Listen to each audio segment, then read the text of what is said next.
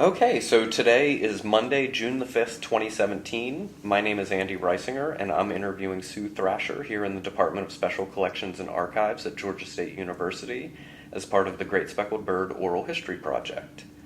And before beginning, if I can just get your verbal confirmation and consent to be recorded. Yes, you have my consent. Perfect. So, let's start at the beginning. If you can tell me a bit of when and where you were born. I was born in a little clinic in Jackson, Tennessee, and I believe that I was the first child in my family to be born in a hospital, a small hospital or clinic. I think my mother had all of her other children at home, and I'm the youngest of four. And I was born in 1941, in July of 1941, and my family lived in sort of West Hardin County, which is, Hardin County is divided by the Tennessee River, and so they lived on the other side of the river at that point. My father was a farmer. My father loved the land and loved to farm, but he never did make a good living at it, so he always had alternate jobs. And I'm a little unclear, even though I have interviewed my mother and my sister, and I'm a little unclear about how it all, the chronology of it all, but I know when I was young, my father worked, I was born in 1941, so he worked a little bit with one of the WPA projects, the CCC, but not very long apparently. And then because he was a carpenter, he was a fairly skilled carpenter, he and my mother moved to Oak Ridge when they were building Y12 plant. And in recent years, I've just found that several of our family members did that. I had a couple of uncles and an aunt, my father's sister, who also went to Oak Ridge and worked there in the Y12 plant early on. So I lived in Oak Ridge when I believe I was under a year old or going on two, too young to remember any of it. But my sister went to high school. My oldest sister went to high school in Oak Ridge, and my brother, my older brother as well. I think I have a sister who's 11 years older, a brother who's 9 years older, and then there's a 7-year gap. Then my brother who's 2 years older than I am, and then me, the youngest. So the two older ones would have been going to school there. I don't think my other brother would have. But I don't remember any of it. I've been very curious about it because of what Oak Ridge represents in terms of building the bomb and really creating that community. I'm sure there's been some work done on it, and I'm beginning to read a little bit about that. There's a new book out on the women of Bomb City, or that's not the name of it, but it's something similar to that. I don't remember exactly what it is. But my aunt, I was told recently, was actually part of a class action suit. She had cancer later in life, and she was actually part of a class action suit for Y12 workers, and was a part of that. So my plan now in retirement is to explore a little bit more of that family history and try to figure some of that out. But we didn't, and the thing that I do remember, the thing that I think really struck me was how important that time was to my mother, because it was the first time she worked outside the home. And in Oak Ridge, it was a Rosie the Riveter position without being in a factory. But she got a job driving a payroll truck for the Army. And she loved it. She loved she was never a good housewife and never a good housekeeper. And I've always been grateful that she didn't teach me any of those skills either. But she loved working outside the home, and she went to work in a factory as soon as she could then after that, doing what was always referred to at that time as public work rather than working on the farm. And my father came back and continued to try to farm, but we lived both we then moved to Savannah, Tennessee, which is the town on the west side of the river when I was young, and I started school in Savannah. And my father, I think, may have been working at the shoe factory with my mother for a few years. But he really wanted to go back to farming. So we bought a farm and moved back on the other side of the river. And that's where I spent a lot of my young growing years, was on this farm in West Hardin County over there. And my mother worked at the shoe factory for all that time. And Savannah had one factory during that time, and it was the Brown Shoe Company. And it had, I don't know how many workers, but that's where people who had a steady income, that was where they worked, at the Brown Shoe Company. And many of the wives of farmers worked in the shoe company, but it also had men working on the machines, and I had an uncle who worked there as well. And Brown Shoe Company had a factory in Savannah and a factory in McNairy County as well during that time.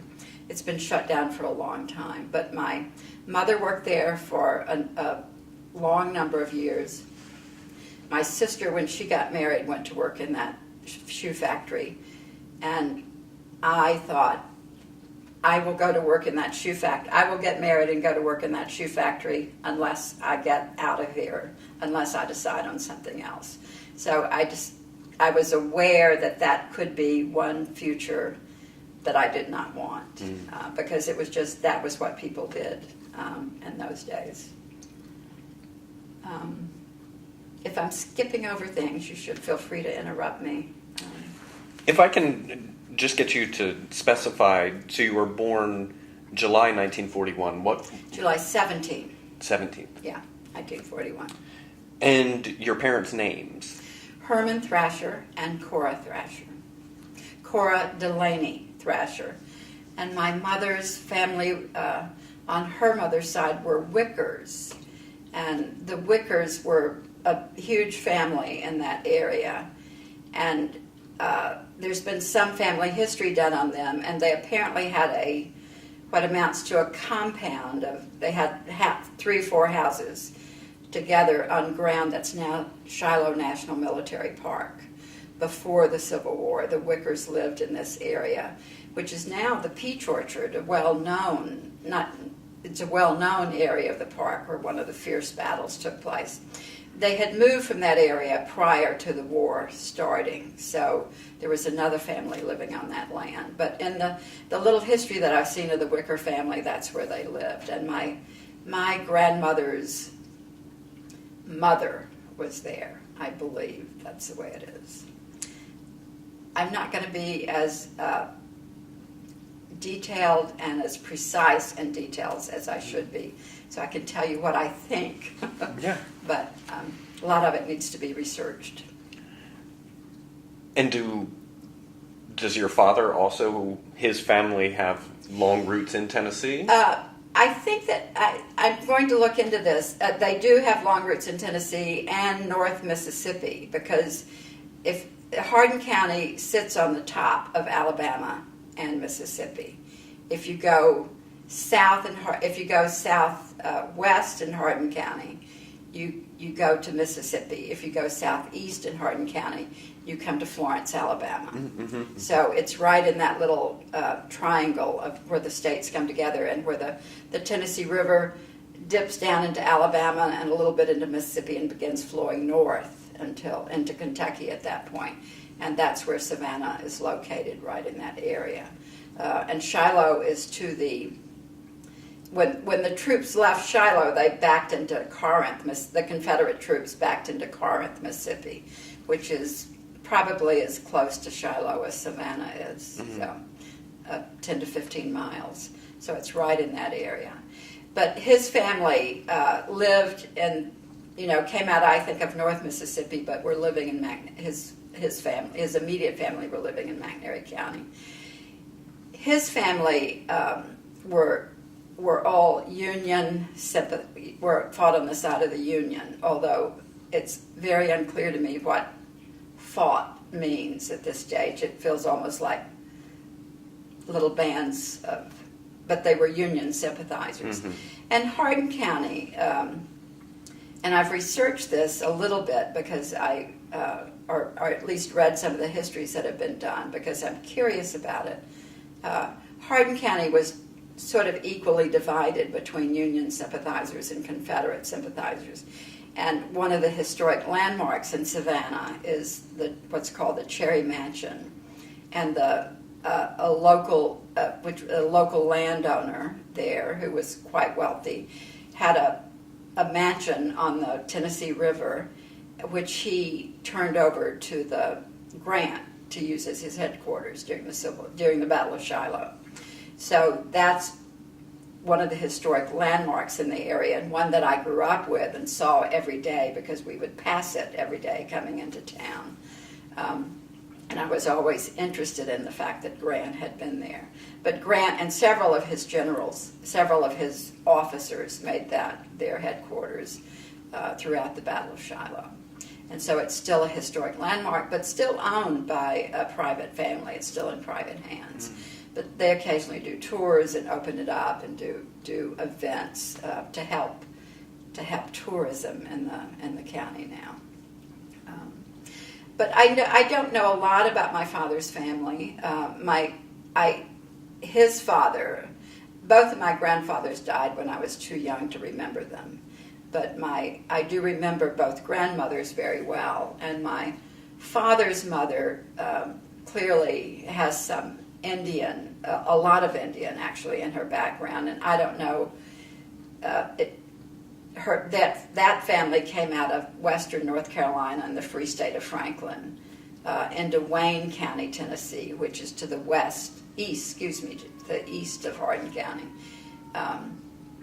And so she's a person of interest to me. Her name is Rachel Robinette Thrasher, and I'm planning to do some looking into that family's history. But I don't know very much at the moment about her. And my other grandmother, who was the Wicker, and married a Delaney, so my mother's maiden name is Delaney, was from that area and had been certainly since the Civil War period. And were they both sides of the family, primarily in agriculture, or? I think they were hard scrabble agriculture is what I think. I mean, and they seemed to move around a lot, as I think people did then. They seemed to be, I don't know whether they apparently did not own land and live on it for generations. They weren't landowners, I don't believe. And so they were very nomadic, and it looks to me like, from just looking at what the histories I've seen. But nomadic in that little area, sure. In those communities, in that right there. And how did your parents meet? I don't know the answer to that. I don't know. Mm-hmm. I think they sort of grew up together in the same community. Mm-hmm. I had an aunt who recently died, my mother's sister. She died at 102. And I went to visit her about 8 or 9 years ago. And we were talking about my father's brothers and sisters. And I was actually having trouble remembering their names and in what order, the younger. And she named them off she was probably 95 or 96 at the time. And she named them off very quickly in chronological order in terms of how old they were. Because she had gone to elementary school with them in this little school. They had all gone to this little school together, and that's how my father and mother met. Do you know about how old your parents were when they got married? I don't.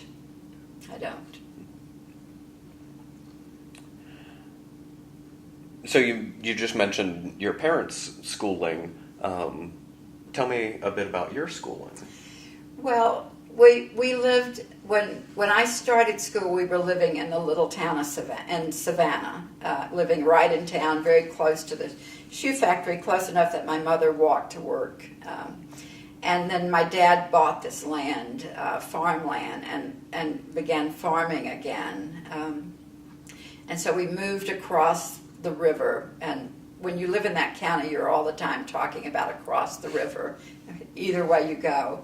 But we moved to the western part of the county, and it had, I probably was in second grade at the time that this happened, because I had gone for, I know I'd been in first grade at Savannah Elementary. And my mother, and I've always, I give her a lot of credit for this decision. The schools in that county, and I'm sure in other counties in the South at that time, this would have been late 1940s, the town school was generally a good school, quote, a good school, with teachers who had college degrees. The county schools were not so good schools, with teachers who might or might not have college degrees. Now, I have a lot of friends who went to those county schools, and they would probably disagree with me about this. But the fact is, I think the town school was a better school, and my mother knew that. So she made, and this was, of course, way before choice or anything like that, she just went to the county superintendent and got his permission to bring us to school on a daily basis and drop us off at the school when she went to work at the factory. But what that meant is that for years, and I don't even remember how many, but for years, my brother and I would get up in the wee hours of the morning and drive into work with her, because she had to be at work at 7 o'clock, and drop us off at the school before she went to work. And then school did not start until 8. And then after school, we had to hang around in the playground until 4 o'clock when she got off work and picked us up. And she thought that was a worthwhile thing to do. And we were completely safe because we were sort of looked after by the people who were at the school. But so I went all the way through my school years at Savannah Elementary and at Central High School. And when I got to the high school, I'll talk about that later, I think. But it was clearly, being in that school helped me at the high school, I think, because I just had a better background. What did your mom do for work in the factory? She worked one of the machines. They did different jobs, I think, but she did work on one of the machines, I think, putting heels on. But they did move around, and she was sometimes called a floor lady, which I take as somewhat of a supervisor. But I know they did. They were prone to move them around to different machines and so forth. She did not, but she was always working on a machine, mm-hmm. I think, and as was my sister. And sometimes sewing the leather or gluing the leather. Mm-hmm. And how big was the farm that your family farmed? The farm itself was not that big, and I have no idea about the acreage, but my father rented river bottom land in addition to what we had around the farm, the land around the house. There were several fields around the house, but then he rented additional land in the river bottom, which is quite rich farmland, to grow corn and soybeans. And we grew cotton near the house, and my brother and I had to work the cotton, which I was never very fond of. In fact, I despised working the cotton fields. I hated picking cotton, which we did, and I didn't mind hoeing the cotton, but I never liked picking cotton, and I never, it's been a pattern with me. If I don't like something, I don't do it well. And I'm glad to say I never became a very good cotton picker, but I didn't like it. But we were expected, my brother and I were both, because my brother, who's 2 years older than I am, were the only two at home during this time. Mm-hmm. My older brother and sister were married, and my older sister was married. My brother was in the he was in the Air Force and was about to get married. So they were away, but my brother and I were expected to work on the farm and do chores, and we did it all. We weren't, I probably did more of the house stuff than my brother did, but he did things outside that I didn't do. But we shared a lot of things. My father always cooked, I mean, so there wasn't a huge discrepancy in terms of gender roles. I mean, there was. My brother drove the tractor. I didn't. I later learned to drive the tractor. I wasn't allowed to drive the tractor, or certainly to plow the fields, which he did. But so there was some of that, but it wasn't strict, because everybody had to work. That was the way we managed. And was it just the family doing the work, or did your dad hire people? He very seldom hired people. He did. He sort of co-opted with an African American farmer. When I say co-op, they would go in together and do some plowing and gathering of the crops. And this one black farmer lived close to the farm in the river bottom, and they worked together sometimes. But he wasn't paying him to work. They were just sharing either the equipment or whatever. And occasionally we would hire cousins or somebody to come in for $3 a day and help the cotton, but rarely did that happen. And Carl and I were paid, we were actually paid $3 a day if we did well, if we could, to do sometimes, not all the time, but we did get paid sometimes to help. But we were expected to do the work. We had cows and pigs and horses and chickens, and we had to feed the chickens and do all that stuff. We had a big garden. Because my mother was working, my brother and I and my dad would do the garden and do all the canning in the summer. I mean, we did huge amounts of canning and preserving of fruits and vegetables. We had a peach orchard on the farm. We grew corn. We grew this huge garden with green beans and all the things that you can. And so we would spend a lot of the summer sitting on the porch, snapping green beans and sterilizing canning jars and doing all of that. Mm-hmm. So we all worked.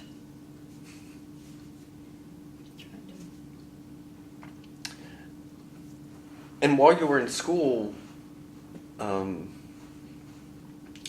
did you gravitate towards certain subjects, or? No, certainly not in early years, and even not in high school. To tell you, in high school I did gravitate toward journalism and writing, but that came later. But early on, I didn't. I became a reader pretty early. My brother was also a reader. And we read anything we could get our hands on, which at that time was paperback westerns a lot. That's what was around, and so we read that. But then we could, when we went to school, at school we could get library books and began to get some library books, and so I think both of us were readers, but I didn't gravitate toward any particular subjects, and I don't think I was a particularly good student. My brother was 2 years ahead of me and was a very smart student, and was sort of had not a reputation, but the teachers knew him as a bright student. So I felt like I was always compared to him and by the teachers and found lacking until about the 6th grade, and then I found a teacher I really liked and sort of thrived under and began to really enjoy school for the first time. I'm not sure I enjoyed it that much in the early years, but I must have done all right. I passed. I wasn't held back a year ever, which was that was always the thing holding over your head, that you had to pass and not be held back a year. So that I was never close to that, but I didn't really enjoy it until after the 6th grade, and then I began to enjoy it and liked going to school from then on, and probably and in high school I really got into English and began, and I'll go back to this story about what happened between the town students and the county students. I went to high school in 1955, and at that time, they gave you a test, to sort of an aptitude test. And if you scored high on this test, you were put, if the students who scored the highest on the test were put into Latin because that was considered a hard subject. If you scored in the medium range on this test, you were put into civics because it was taught by this sort of batty lady. She wasn't an old lady at all. She was just kind of batty. That's the way I described her at the time. I'm sure she was probably a good teacher, but I thought of her that way. And then if you scored in the low percentage-wise, you were put into science class because it was taught by the basketball coach and considered an easy class. And this was in the age of Sputnik, so it wasn't, whoever was running the system at that time weren't making good decisions and weren't thinking about broad issues in education. It was just based on who the teachers were. But I love Latin, and it really helped me a lot with English. And so that's what I gravitated to, was the English and the writing. And by my senior year, I don't know whether I took the journalism. I think I just took it 1 year. But I did take journalism, and that class edited the high school paper. And so I took that class and was named editor of the paper, which was an honor to do that. And the teacher of that class really took an interest in me and really, helped me learn how to be a writer and an editor in that setting, at least. And then the paper was printed at the local county paper office. It's called the Savannah Courier, and it's still publishing. And the publisher at that time was a man named Bill Craddock. And he took me under his wing and really taught me a lot about working on a paper. And so I was very interested in journalism, and that's what I planned to do. I wanted to be a journalist. And and then I went off to Lambeth, but I was also interested in religion because I was active in the Methodist Church for all these years. I guess I should go back and pick that up. When we lived on the farm in the western part of the county, we went to I would go with my sister and her husband. My parents weren't that interested in religion and weren't big churchgoers. It wasn't a central part of our household. I mean, there was the Bible. They were devout, but they weren't churchgoers. But my sister and her husband would go, and my brother and I would go with them to this little country church, which I loved, partly because it was a social life, essentially, in that community.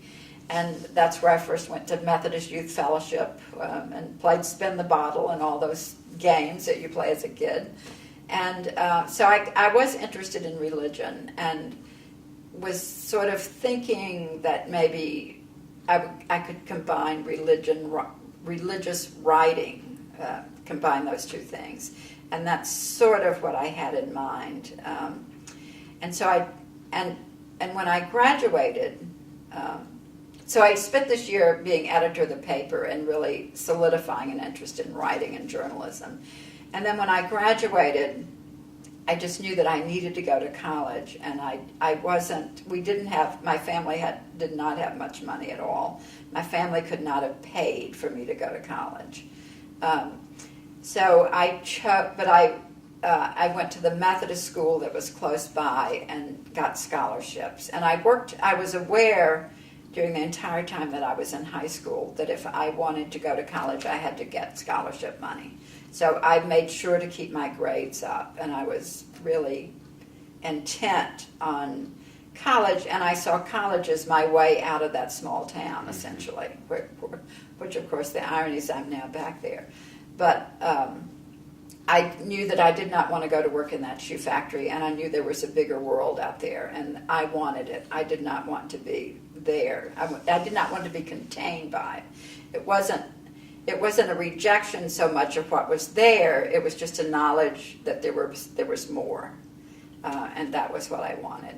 And so, it seemed that there were no counselors to advise us in high school about going to college or any of those things.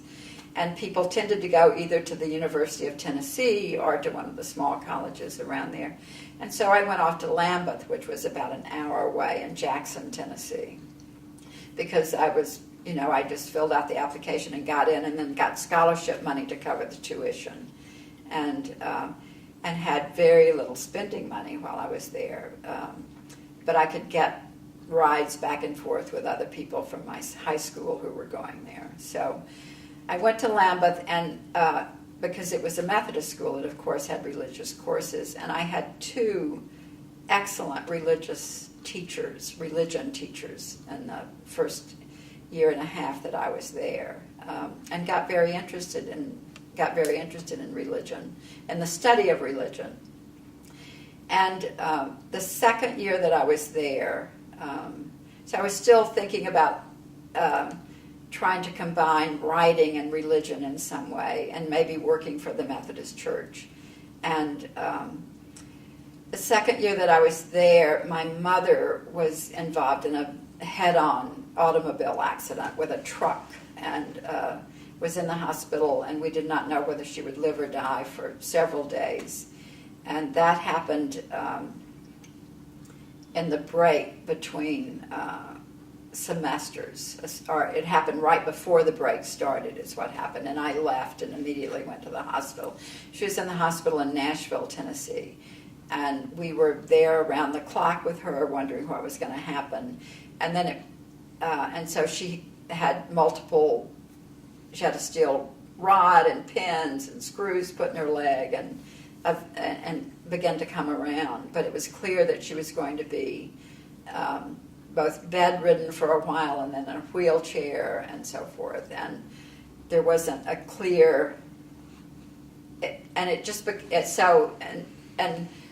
nobody said a word to me, my father or anybody, but I could assess the situation and figured out that what I needed to do was drop out of college and come home and be the person to do the caretaking, because it was obvious I was really the only person in a position to do that. And what it meant for me was having to leave college, which was just searing to me. I did not want to do it. And so but no one, I've always been grateful to my family for this, because no one said, we need you to drop out of college and come home. And so I made the decision completely on my own, and then told my father, and he was relieved, but he knew that it was a big deal for me. So I took a semester off, which would have been the fourth semester of my college years. I'd done 3 semesters at that point, and came home and took care of my mother, and my father came home as well. He was working off doing construction work at the time, and he came home. And so it turned out to be one of the best things that ever happened to me, because it was a time when I got to know my parents as adults, and cemented an entirely different kind of relationship with them, I think. And I've always been really grateful for that time, because the 3 of us were, trying to get her health back and struggling financially to make it and to regain her health. And I was determined not to, even though I dropped out of college, I was determined not to not graduate on time. It was for some reason, this is silly when you think about it now, but for me, it was just terribly important that I graduate in 4 years. So I took 2 correspondence courses from the University of Tennessee. And then that summer, I drove every day to Florence to take one course in math or something, so that I got the credits and was able to transfer them and graduate, quote, on time. Although I have now that would make no difference in the world at all to anybody. But for me, it was terribly important then. So I did that. But I had this professor at Lambeth right before this happened.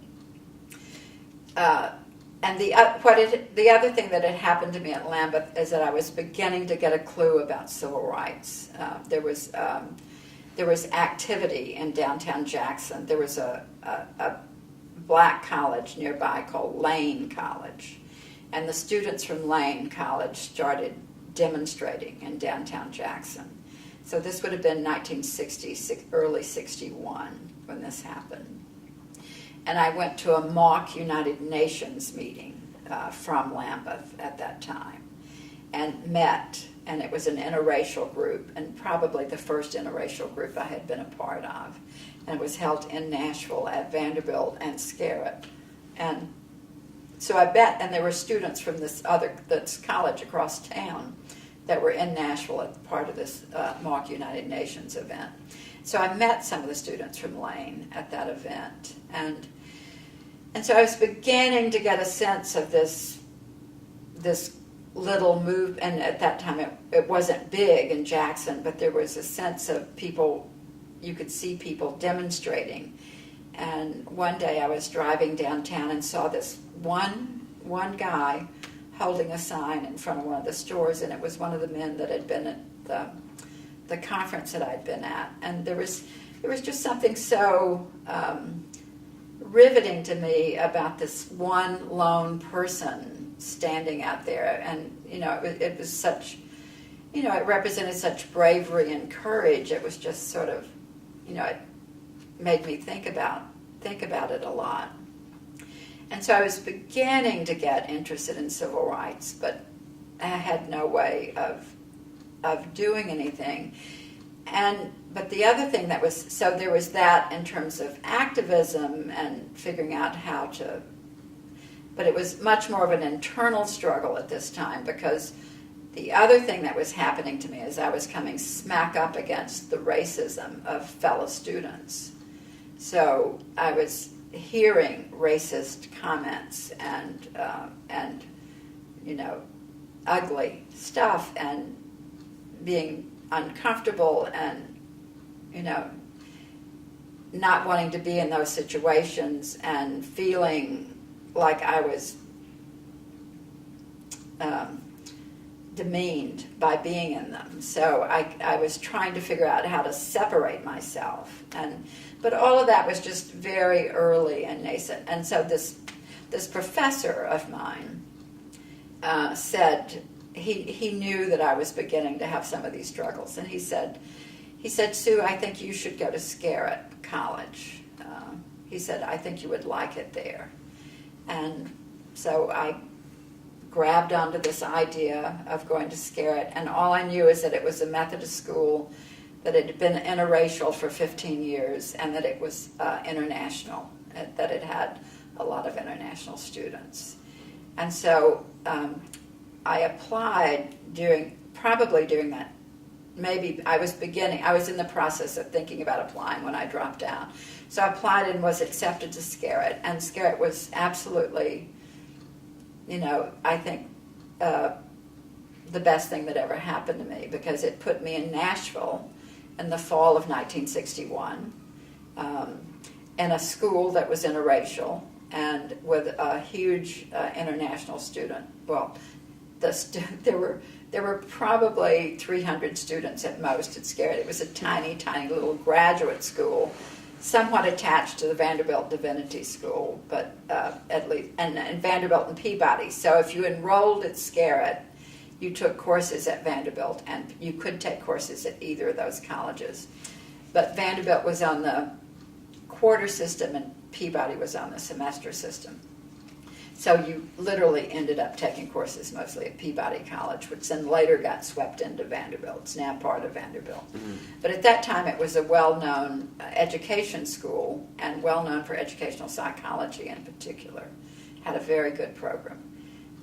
And were you still an undergraduate? I was still an undergraduate, but I would say that the undergraduate student body at Scarrett was maybe 150 or 200 people, and the rest were all, the undergraduates were the minority of students. And Scarrett was owned, even I don't remember much about the structure of the Methodist Church, but their districts and district level, which are several counties or area, Then there's a conference, which is a much larger area, and I think the United States had 8 conferences or something at that time, plus what was called the Central Jurisdiction, which was the Black Conference. So Methodism was totally segregated at that time. And but Scarrett was owned by, and then there's the General Conference of the Methodist Church, which is Worldwide Methodism. And Scarrett was the college owned by the General Conference of the Methodist Church. And so that's where all of its, quote, missionaries were trained. That's where people who were working with missionaries in those foreign countries came. So it had a very obvious international component to it, and it had not just people who had gone and worked, not people from the U.S. who had gone and worked there, but people from those countries coming to get their degrees there as well. And then because it was within a block of Vanderbilt and the Vanderbilt Divinity School, and within a block, you walked 1 block up to Peabody, you were in a small college that was very much a tight community, but you also had access to this huge university. So, and then across town, literally across the railroad tracks at that time, was Fisk University and Tennessee State A&I, where all this SNCC activity had started and was still going on. So I arrived at Scarrett in the fall of '61 and graduated in the spring of '63, and in those 2 years was both, learning, really liking what I was learning, and taking courses in religion and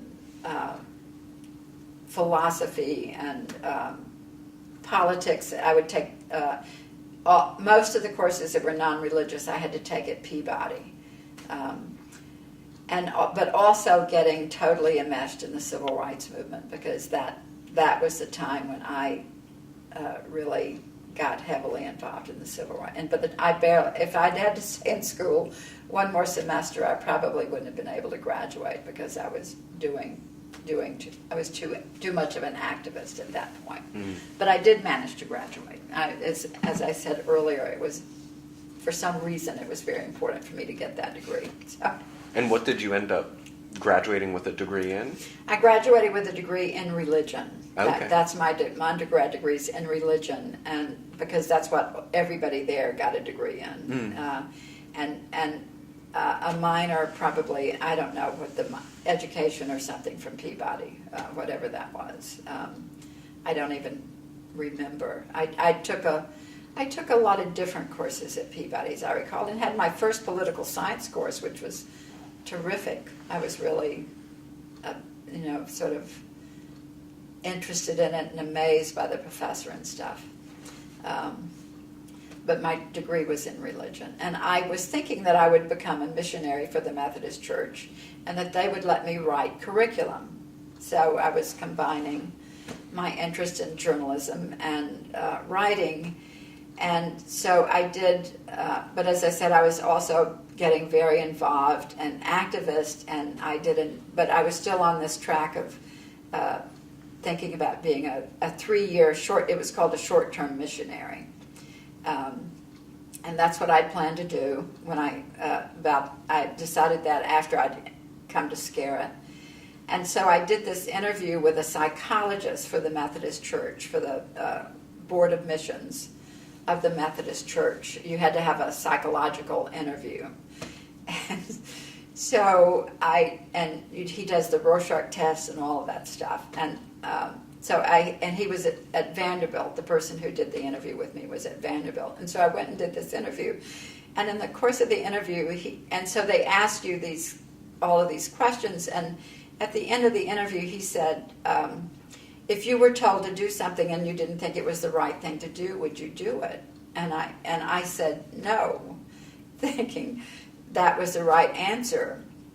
And he said, well, in the Board of Missions, it's very important that you learn to take orders, because the superiors know more than you do. And I thought, I have really flunked this test. But I also was very uncomfortable with, and it wasn't, so my first response was to feel lacking, to feel that I had messed up. But there was also a part of me that was like, no, this isn't right. And so I walked right back across campus. I walked into the office of the dean, who I wasn't that particularly close to, and said, this happened to me. I'm totally disappointed. Help me. And he said, Sue, he's absolutely right. You would not do something that you thought was wrong. And that's the best thing in the world. So maybe this isn't for you. But they didn't hold it against me, and I could keep on, but it became apparent to me pretty soon, I think I wanted to go to Indonesia, but it became apparent to me that I would never get on well with the bureaucracy of the Methodist Church. Pretty early, and I also was getting totally involved in things here. So there were two things, I think, the sort of top-down nature of what it would mean to go to work for Methodism, and the fact that, but I think the real deciding factor was that why go overseas to work when there's so much to be done here? And that was the sort of in-my-face kind of thing. And by the time I had graduated, I decided to work a year at the Methodist Publishing House and think about it. But the Methodist Publishing House gave me a way to stay in Nashville and stay active in the civil rights movement. So it was a sort of a decision that would keep me involved in the movement and give me an income at the same time. And let me think about this church thing. So I did that. Because at the publishing house I could at least explore the writing, and I still wanted to think about writing and journalism and so forth. But I was really veering toward social action and social change, and clearly went in that direction. So, tell me a bit about your exposure to race relations and interaction with African Americans as a youth before you go to college. Before I go to college, next to none, pretty much. There was the schools were all segregated. I was aware in that way where you know that something's not right. There was a bus. There was a African American community in the town. There were two little communities in the town, in two different geographic areas of the town, and there was a black school in the town called Dunbar, and it must have had an elementary and a high school, but it was the only high school. Across the river, way across the river, a good 45-minute drive, was another African American community. And so I was aware, and so I was coming into town with my mother, but every day this bus would come from this little community called Saltillo, would drive the black students from that area to Dunbar, and it would take them longer to get to school than me. So I was aware of that, and vaguely uncomfortable that something was not right about that. But the schools were segregated, and when I was in elementary, certainly I accepted that. But I did not, my father, as I said, farmed with this black farmer. My father and mother had fished a lot on the Tennessee River, and they very often fished with black people. And so I was more aware of an adult, them being friends with black people than in the adult world than in terms of me being friends with anybody at my age. But what I was aware of is that my family were not afraid. They didn't have that fear. They weren't. People have asked me a lot about why my family was supportive or what it was that made me open. And the only thing I have been able to really, and I've thought about it a lot, but I think that neither of my parents passed on that fear of black people, which I think is one of the real issues around racism. I think it's that fear of the other. And I did not pick that up. I was not taught that in any way. And when the 54 Supreme Court decision was made, my father, I remember hearing my father defend it in a conversation with a neighbor. So he was not at all opposed to it. So I wasn't taught that kind of virulent racism. It wasn't there in my family. I think there was acceptance, certainly, of segregation and that sort of perhaps paternal attitudes, but there wasn't that fear, and that hatred was never a part of it. So I sort of grew up without that, but I didn't grow up with any kind of, I had no black friends growing up at all.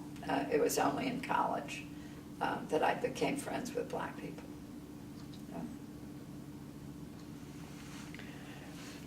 And before, I want to hear a lot about your college experiences and sort of coming into your own political understandings. But following up first, so did your mom recover after your semester off?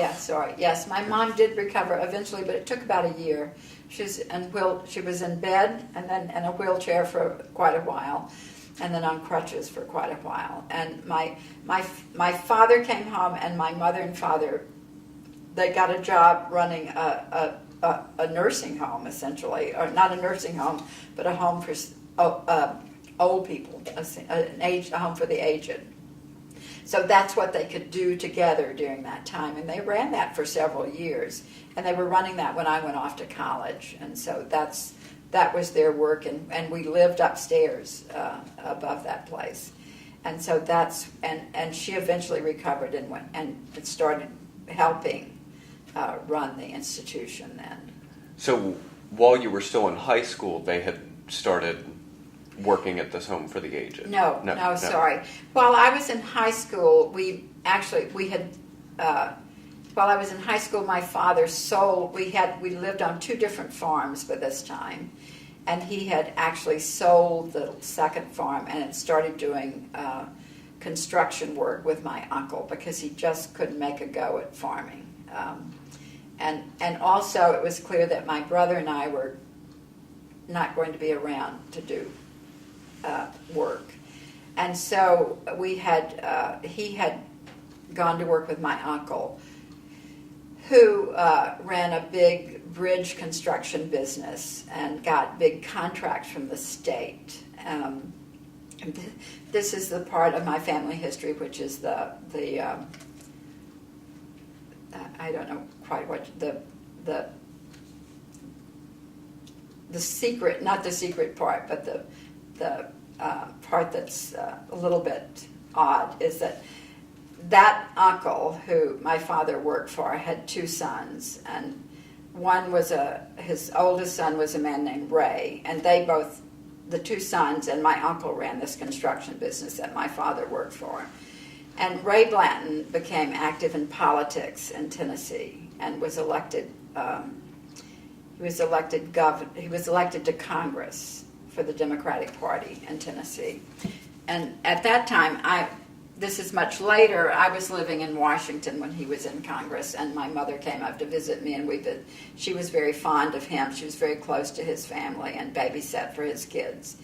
And so Ray was in Congress, and then Ray went back and was elected governor of Tennessee. And it would be easy to look up these dates, but I don't remember them. But he was elected governor of Tennessee, and he personally was against the death penalty.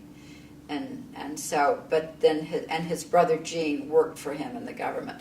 But Ray was the governor of Tennessee who was basically put out of office with this big scandal for, quote, selling pardons, because he did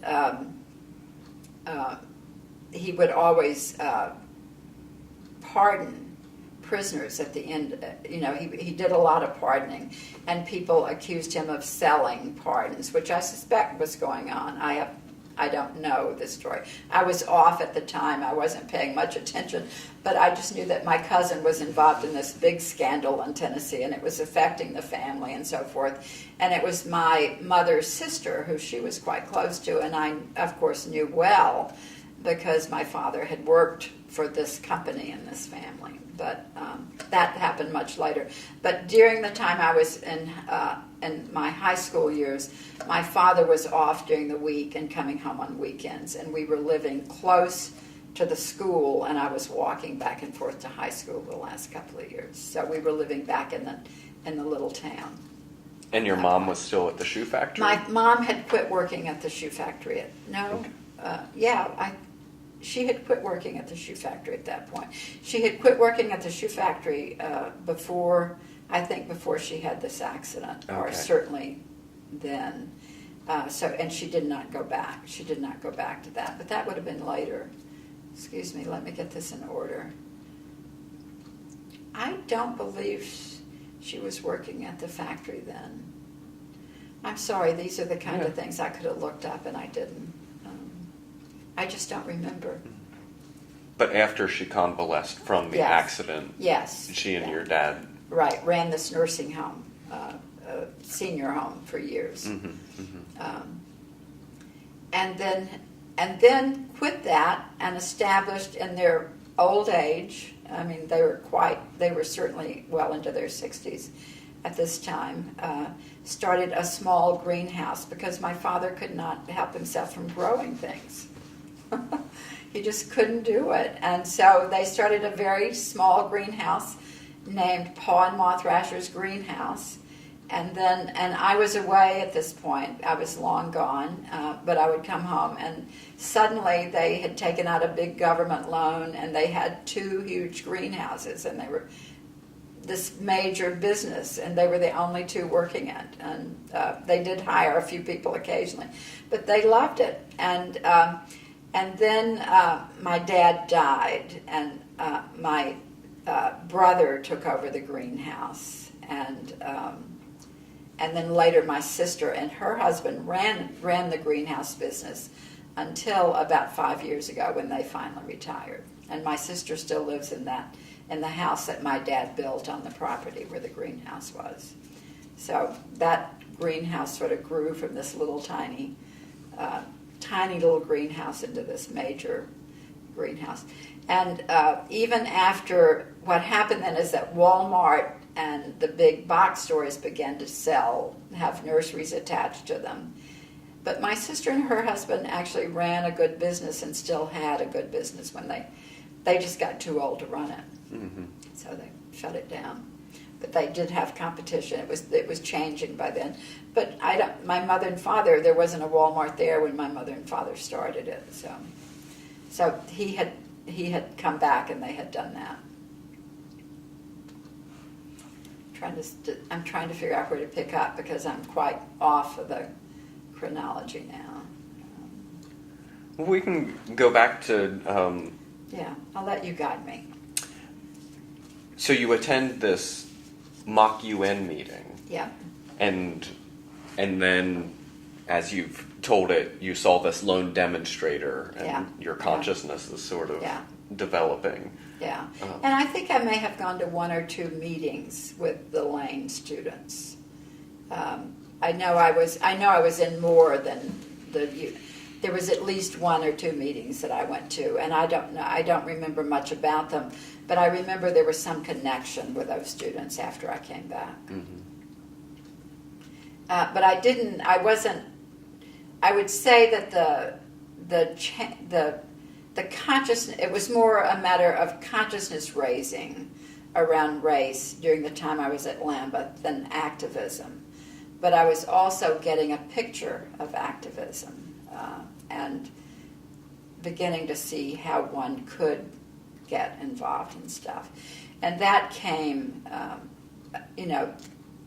that's why I think that being at Scarrett was the best of all possible things for me, because I got involved at Scarrett and then got involved with the local SNCC chapter in Nashville. And so that was for me, and that was life-changing. That was absolutely life-changing, and I think that's why I did not go become one, I wasn't suited, but also I chose not to be a missionary for the Methodist Church. But at Scarrett, I had been there for a while, and I was on the student council at Scarrett, and a friend of mine came and said to me, we had a good friend, a woman who was from Fiji, who there was when you walked across from Scarrett to go to the big library at Vanderbilt, the Joint University Library, or to the Divinity School, there was a little Greasy Spoon restaurant called the Campus Grill, and people would go there and have coffee or whatever.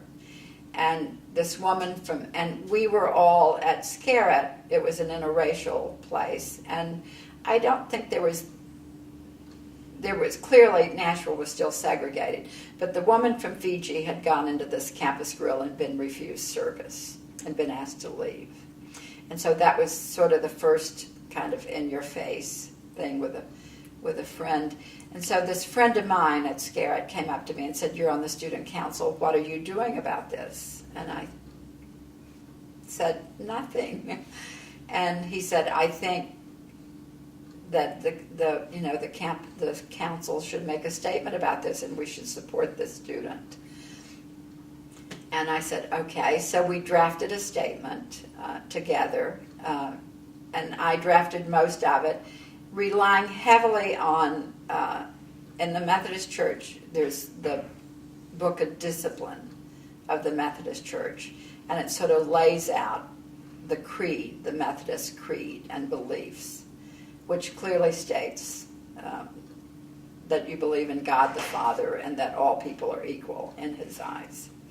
So I used a lot of Methodist Church language in this thing, and it did not pass the student council at Scarrett College, which was like a huge consciousness-raising thing for me, because it was what we believed. It was what the church theoretically believed.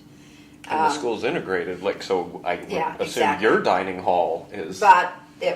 But what people felt is that it was activist. It was demonstrating, and that there were other ways to do it. They didn't even want to sign. They didn't even want to sign a paper. Essentially, it was just too much. And so it was a shock to me that this didn't pass. And people then began. But that was just a sort of a little blip at the campus. But it was a major sort of learning experience for me, but people began demonstrating and picketing this little Campus Grill. And so students from Scarrett, students from Vanderbilt came out and began, and it became an issue, local, about the segregation of the Campus Grill. And the woman from Fiji was terribly embarrassed by it all. She didn't want to be a cause célèbre, essentially. But out of that picketing of that local, we basically formed a little group called the Joint University Council on Human Relations. And so I was a part of that group. My friend Archie Allen, who was a friend who had come to me asking me to do this thing in the student council, was a part of that group. Several other students from Scarrett were involved in it, as well as students from Vanderbilt and maybe Peabody. And were Vanderbilt and Peabody integrated at the time? I think they were. I don't. The Divinity School had been integrated after Lawson, So I don't know to what extent. They probably were integrated, but with very few students. But not it wouldn't have been a diverse campus at the time for sure. Legally, they may have been desegregated by that time.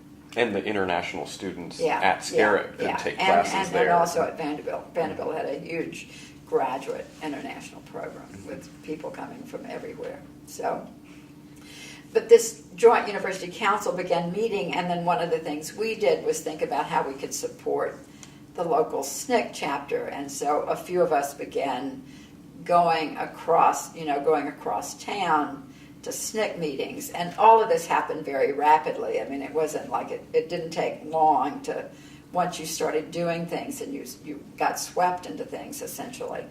And John Lewis was head of the local SNCC chapter at the time, and a guy named Lester McKinney, who was from the county, 2 counties over from me, was very active in the SNCC chapter. So there was a nucleus of people who were left over in Nashville from the big sit-in movement that had happened a year or two earlier when Diane Nash was there and Jim Bevel was there.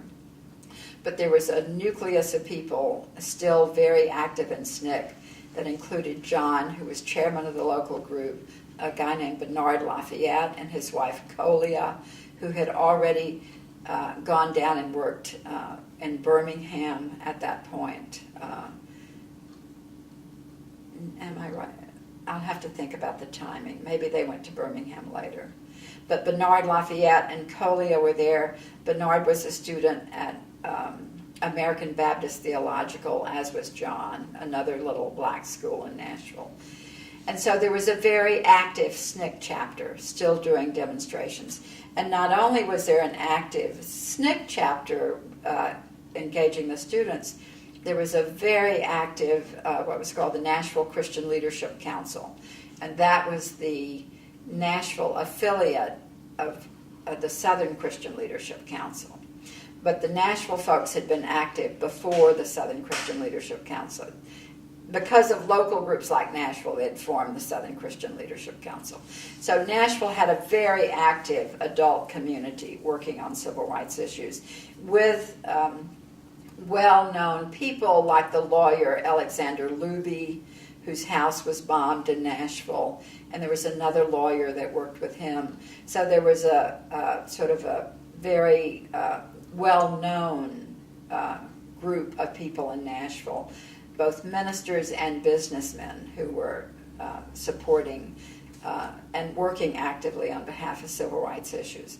So the SNCC chapter had the support of that group, and in Nashville, it seemed to me, I don't know about it seemed to me that in other places there was always more of a difference between the students who were prone to be known as sort of more radical, but the Nashville Christian Leadership Council were very, very supportive of that SNCC chapter, and I got to know people in that group. But when I was beginning to get involved, another person who's really important to this story is a woman named Alice Cobb, and she was a professor at Scarrett College, and I knew her, but I had not had a class with her, and I knew that she was sort of so she was sort of different than other professors, and Alice Cobb was the kind of woman who would appear to you. I later thought she was a feminist way ahead of her time and knew how to camouflage it, was the way I thought of her later. But at that point, she just seemed to be always a little spaced out and a little not too sure about things. And at the same moment she was being that way, she was actually moving people along to get what she wanted done. And so she approaches me. She knew about this incident where I had tried to get the thing passed by the student council and that I was beginning to do things. And she approached me at the mailboxes one morning and a big group of students were around, and she said, there's a meeting tonight of the Nashville Christian Leadership Council. They were called mass meetings. And she said, I think you should come. And I thought, why doesn't she leave me alone? I'm doing all I can, and I don't want to go to a mass. I didn't taking that step of going to a mass meeting was sort of a public going, and I was reluctant. But you didn't say, she was not a woman that you say no to easily, because she was just so sweet. And she just expected you to sort of come. And so I went to that meeting. I mean, I ended up going, and I think I went, I'm sure I went with Archie or some other students from Scarrett. We went with her. And I think I never looked back after that meeting, because at that meeting, I'm not exactly sure who I heard that night, but over the course of the time I was attending mass meetings in Nashville, I heard people like the Reverend C.T. Vivian, who later became a major civil rights leader, Metz Rollins, who worked with the Presbyterian Church, was there. Reverend Joe Lowry was still in Nashville at the time and would have been one of the speakers. So there were speaker after speaker from the black churches in Nashville, and then people like John Lewis, and you were hearing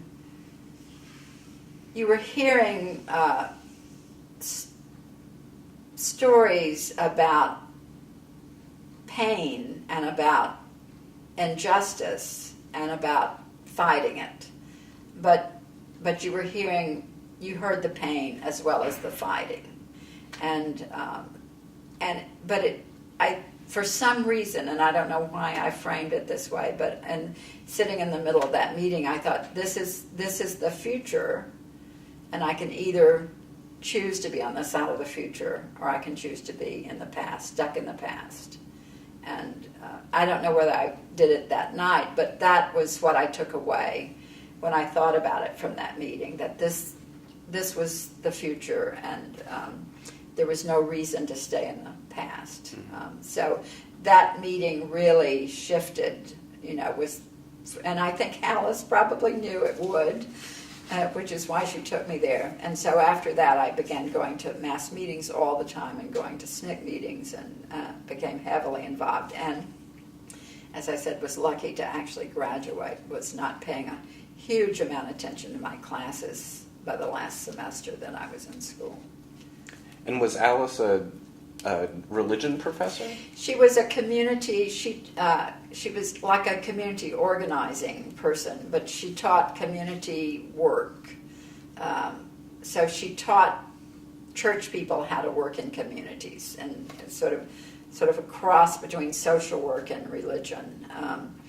But she, Alice Cobb, had spent the year before, let's see, this would have been late 1962 probably, or the fall of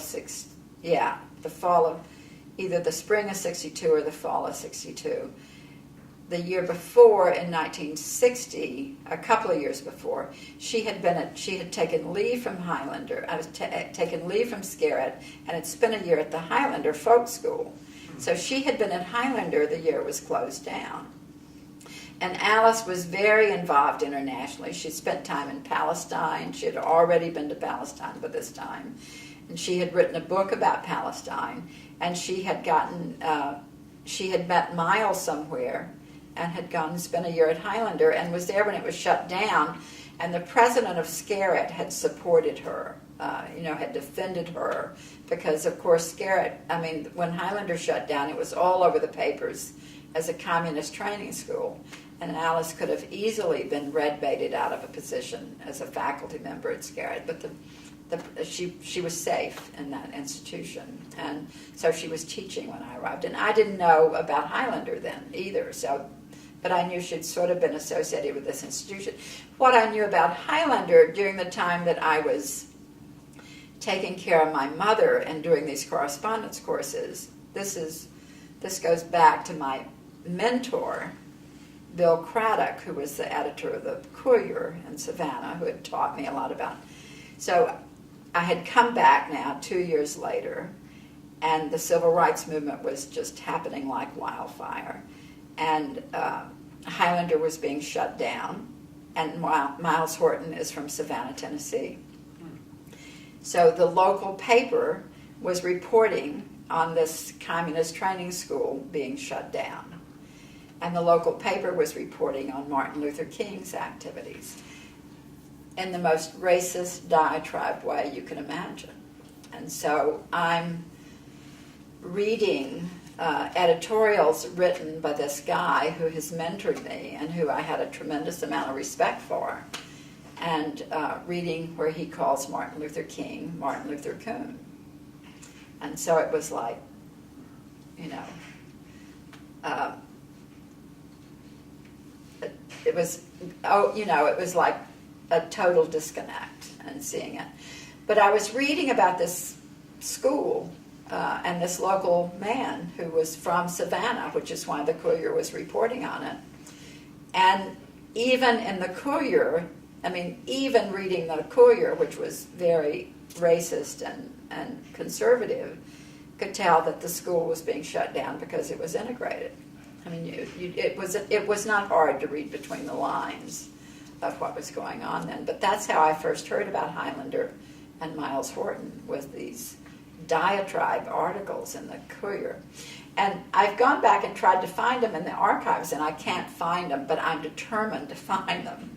I'm determined to spend more time and find those articles, because I was trying to show them to his daughter, to Miles's daughter, and I intend to find them and reread what it was that I was reading at that time to see why it was so, in my face. Mm-hmm.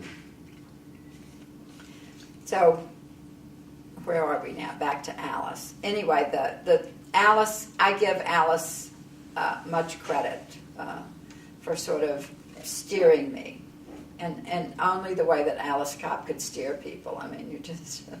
She just asked you quietly to go, and you said yes because she was Alice Cobb. Mm-hmm. So. And so you're attending these mass meetings. You're also attending meetings, SNCC meetings. What role are you playing are you sort of volunteering for tasks as part of this? Yeah, that's a good question.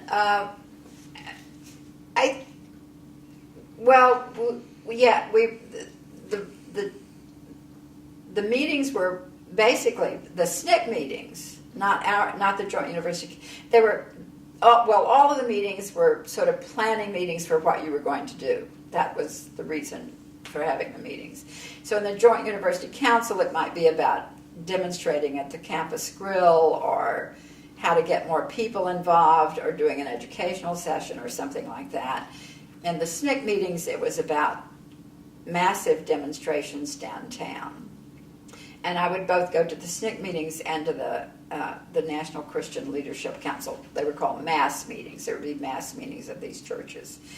But the point, the demonstrations always originated at Kelly Miller Smith's church, which was the First Baptist Church. I think it was just called the First Baptist Church, which was, at that point, you could see the Capitol building from the church. It was at the end of the main street that ran out of the black community. It was sort of at the end of that street, bumping up against downtown Nashville.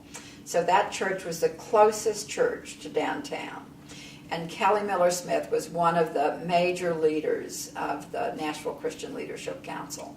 And he was a very, very good orator, very strong minister. He was as good as any of the SCLC. He was one of the. I'm sure he was on the council of the SCLC because he was head of the local Nashville chapter.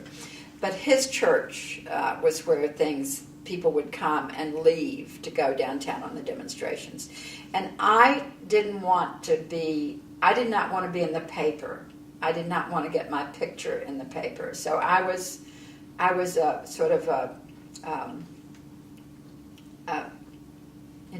wuss at being an activist. I was making my way to it, but I didn't want to embarrass my parents by having my picture in the paper. And I was sure it would, because they always took white people's picture. If there was a white person there, they would take their picture. And even though my friend Archie was actually doing it, I wanted to do something else. But this is what was so great about that Nashville community. Kelly Miller Smith sort of took me under his wing and gave me things to do at the church. So I would be at the church manning the phones and doing different things, and while these things were going on, and always be there when people got back. And so I had a role that they were happy to have me do, even though I wasn't out there getting arrested. I didn't want to get arrested either. And partly because I wanted to finish school. So I was a little bit of a wimp about but they did find a place for me, which was quite wonderful. And Kelly Miller Smith became another mentor. I mean, you could just, because I was there, I could see this phenomenal leadership and this integrity of this man who was one of the major people involved in the Nashville movement, and then John Lewis as well. And so I was there in the church, and one day, and the demonstrators became younger over time. They became, as in Birmingham later, and I think Nashville may have been earlier than Birmingham in terms of using young students. They started using high school students. High school students started coming. And so there were young children going off and coming back sometimes with bloody heads, and I was seeing this up close, and it just wasn't right. So it was very, in the moment, you were fearful because people were getting hurt, and these young kids were getting hurt, and you weren't that safe in the church either, for that matter. And so one day we were sitting after a demonstration had ended. I was sitting in the church with John Lewis and I think Lester McKinney and probably Archie Allen, and Kelly Miller Smith must have been there somewhere. But we were sitting in the back of the church just talking. And these three white men came into the church, and they were your sort of iconic picture of young white thugs with their cigarettes and their T-shirts and stuff. And they came, the demonstration had ended, and most of the students were gone, but these guys hadn't had enough, I think. So they came into the church and sort of started bullying. And John Lewis started talking to them and had a conversation with them, and they left. I mean, he diffused whatever was happening, and they left. And one of the things that was going on with me at the time was trying to figure out who I was as a white person. Involved in the civil rights movement, but also who I was as a white person around issues of race, because I didn't particularly want to be white right then, And so these guys leave, and I remember, and I said something, and I wanted to distance myself from them. That was, that was not me. So I said, how dare those thugs come into this church? Which is the way I felt. I mean, I really felt, how dare they come into this church and disrespect this church? And John Lewis looks at me and, gave me my first real lesson in nonviolent love and said, they're human beings just like you and me, and they are welcome in this church. And I'm like, oh my God, I have a lot to learn here, and I clearly did. And I had a lot to learn about being a white person and how to be a white person and accept being a white person and still be active, and I had a lot to learn about nonviolent love, which I sort of, and I went back and forth with that issue for a very long time. Sometimes it was more operational to be nonviolent just because that was the best thing to do. but John, and I think a lot of people were that way, but John was deeply, deeply philosophically believed in nonviolence and deeply believed in the beloved community, and really worked from that. And so, it made me begin to think about those issues as well. But struggling with the issue of whiteness was a part of the reason that then later, by the time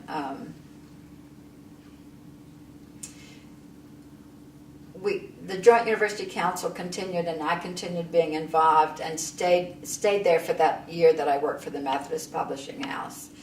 And it was during that year, leading up to the 64 summer in Mississippi, that we began to think about how to create an organization for white students across the South. And it came out of conversations both of the people who were involved in the Joint University Council and people who were traveling through. And that's when we decided to have a conference in Nashville and invite students who were, quote, like us, who were from predominantly white campuses around the South, to come together and talk about the role of white students and being engaged in civil rights activities. And that was the genesis of SOC, which happened in April of '64. And then most of us went off to work in Mississippi summer in '64.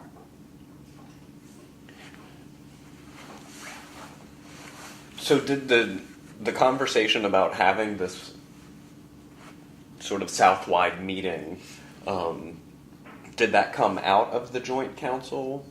It came out of the Joint. My memory of it is that we were sitting around at a party one night somewhere over near Fisk, and I think that Carl Braden was in town. I'm pretty sure that Carl was a part of this conversation. And but there were Dave Kotelchuk, who was a faculty member at Vanderbilt, was one of the people involved in this. I just went to visit them in New York City. So I think Dave was involved in the conversation. Archie must have been there. I was there. Rob and Dorothy Burlage were living in Nashville that year, and they probably were a part of this conversation. And I'm talking about at the party, so I don't remember who all was engaged in the conversation. But the idea came up at this party about what we needed, because we were all the time talking strategy and what to do and how to get more white people engaged and how to do that. And so this idea came up of pulling together a meeting. And because the Southern Patriot, which was run by the Southern Conference Educational Fund, actually had articles about activity across the South. And so you could read in the Patriot and know where these little centers of activism were. And there was, they were all over, Duke, etc. And sorry, I need to get water. Yeah. Got to cough.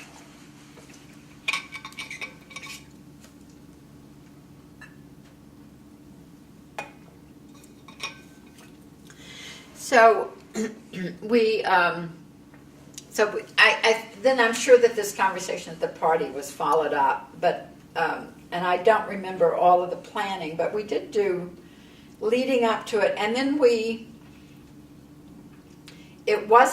I think what wasn't clear is whether or not we should go forward with this because we were white, and whether it would look as if we were setting up an alternative organization to SNCC.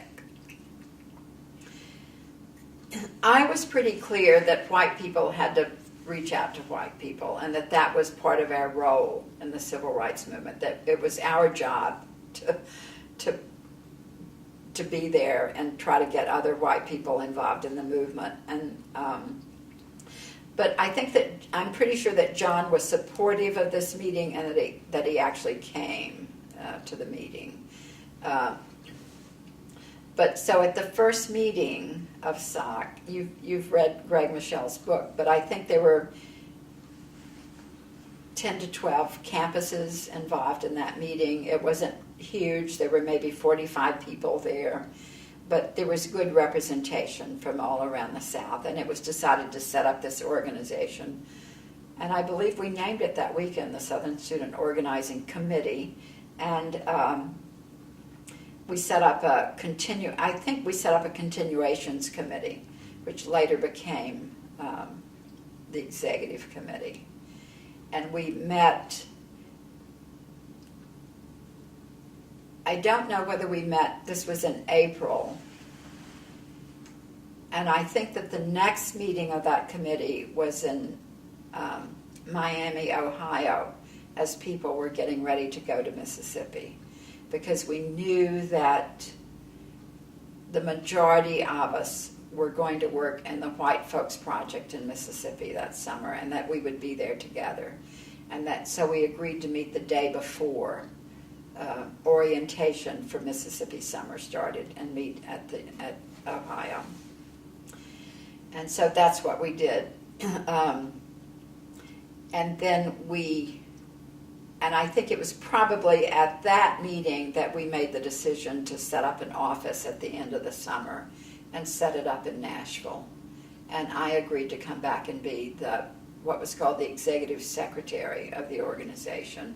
And then Archie was a campus traveler for the organization and began traveling campuses. And then we had the help of, but the crucial person in this and the crucial support for this was a guy named Ed Hamlet, who by that time was traveling on behalf of, was working with SNCC, but was being paid for by SCEF to work on white college campuses. So during that year that I had been living in Nashville, during that 63, 64, leading up to 64, Ed had been a campus traveler for SNCC and had come through Nashville a lot and was involved in these early meetings and helped plan that first meeting at the old Presbyterian Center in Nashville. And this is while you're working at the publishing. At the Methodist Publishing House. I'm leading a total double life, yeah. And are quite busy. Yes. Yeah, I loved it. It was totally, yeah. I would get up and go to work in the morning and work with the Methodist, and I was a secretary, essentially. I was sort of an executive secretary, but I was working on a publication called Mature Years and something else. And it basically was my way of edging out of the Methodist Church. There were some other things that happened during the time I was at Scarrett and before I graduated from Scarrett. One of the people at Scarrett, there was this woman from Fiji. There was an incident around the woman from Fiji. There was also a man who I had classes with and became a very close friend named Abel Muzarewa. And I don't know whether you remember that name. He was a minister from what was then Rhodesia. And he and his wife had come to Scarrett, sent there by the Methodist Church. And so we had all gone to worship at a Methodist church that was close to Scarrett called Belmont Methodist Church. And the tradition in the Methodist Church is that when a Methodist minister is a member of the district and the conference, the minister's wife, because they were almost all men at the time, the minister's wife moves her membership to whatever church they're in locally. So Abel Muzarewa's wife, who was a friend of mine, had tried to be a member of the Belmont Methodist Church and had been denied membership. They wouldn't let her be a member. She could come. They were integrated, quote, but they were not having an African woman be a member of their church, even though they were putting their money into missions, into the mission field. So the contradictions of Methodism were coming at me fast and furious. And I was furious about, this one made me really furious that one was the one that made me the most furious, I think. And I just, I'm done with this institution. as an institution, I'm not done with whatever spiritual beliefs I have, but I'm done with this institution, and I was done with it after that. But Abel was a good friend. I babysat for his kids. He went back to Rhodesia, was very involved in the liberation movement. He later ran against Robert Mugabe for prime minister of the country, and it was a narrow loss to Mugabe. He was very well known and well liked across Zimbabwe. He was and became Abel, unlike me, believed in the Methodist Church and stayed with it and became a bishop, but used that position, to be very politically involved across the nation and to be involved in the revolution there. So, but he was another key person. He and his wife were key people in sort of my education, as it were. So I wanted to ask you about this conversation that will be for the planning and of SOC occurs at a party. The first conversation occurred at a party, the idea. Mm-hmm. So tell me about this party and other sort of parties. Mm-hmm. When you think, I think that when people often think of a college party, they think of, some drinking, some making out, playing darts, whatever. There may have been beer there, I don't know. Yeah, I hope so, but tell me about our parties were, first of all, they were interracial, and get-togethers, and lots of talk about politics, and lots of talk about movement and what was happening, and not just, they weren't just chatter, they were always very intense, and people, and Nashville was an absolute, the reason I say I feel absolutely blessed that I arrived in Nashville in 1961. What better place to be in this country than Nashville in 1961? Given the people who were passing through, the movement that was there, the things that were happening there, it was just, how lucky was I to do that. And this party was probably somewhere near Fisk, or, it had Fisk students engaged in it, or ABT students, or Tennessee State A&I students, because we weren't a giant movement in Nashville. The SNCC wasn't a giant organization either, and we were, so we all knew each other. And then SNCC people, by SNCC people I mean campus travelers, or people would sort of pass through. A guy named Walter Tillow came and was involved in these conversations. John left to become chair of SNCC at some point, and he would come back. But Ruby Doris Robinson, a lot of SNCC people came through and very often stayed at my apartment. I had a little apartment that I shared with someone else, and our apartment was a little hotbed for activity. We were on the white side of town behind a big Baptist church, but we had a place that people could stay and come through. So we were one of the places that people came to. But there were certainly social get-togethers and a building of a community, I would say. And usually at somebody's house, or? Usually at somebody's house or apartment, yeah. And I was, certainly during the year I was at the publishing house, but even when I was still at Scarrett, there were these little gatherings and stuff, and I increasingly became removed from the Scarrett community as well, because we became a little group of activists on that campus, and we became a tight little group of activists on that campus. But most people looked askance at what we were doing. As I said, my statement taken straight from the discipline of the Methodist Church hadn't passed, so people weren't, and they certainly weren't actively racist, but they did not want to get involved in activism. There was there was a major divide in people in 1961 about moderate change or activist change. And SNCC represented the activist change. The Human Relations Councils, where people talked and were civil. And the sort of slow, incremental change was the other side of the coin. And that's what people at Scarrett were more comfortable with that. We knew the director of the Human Relations Council in Nashville. She was somewhat activist herself, but there was always that difference in organizations. Region-wide, it was represented by the Southern Regional Council, which was more the human relations approach to SCLC and SNCC, and then SNCC was sort of off on its own as the radical wing of the movement, the student, the young part of it. And so this is interracial organizing and socializing.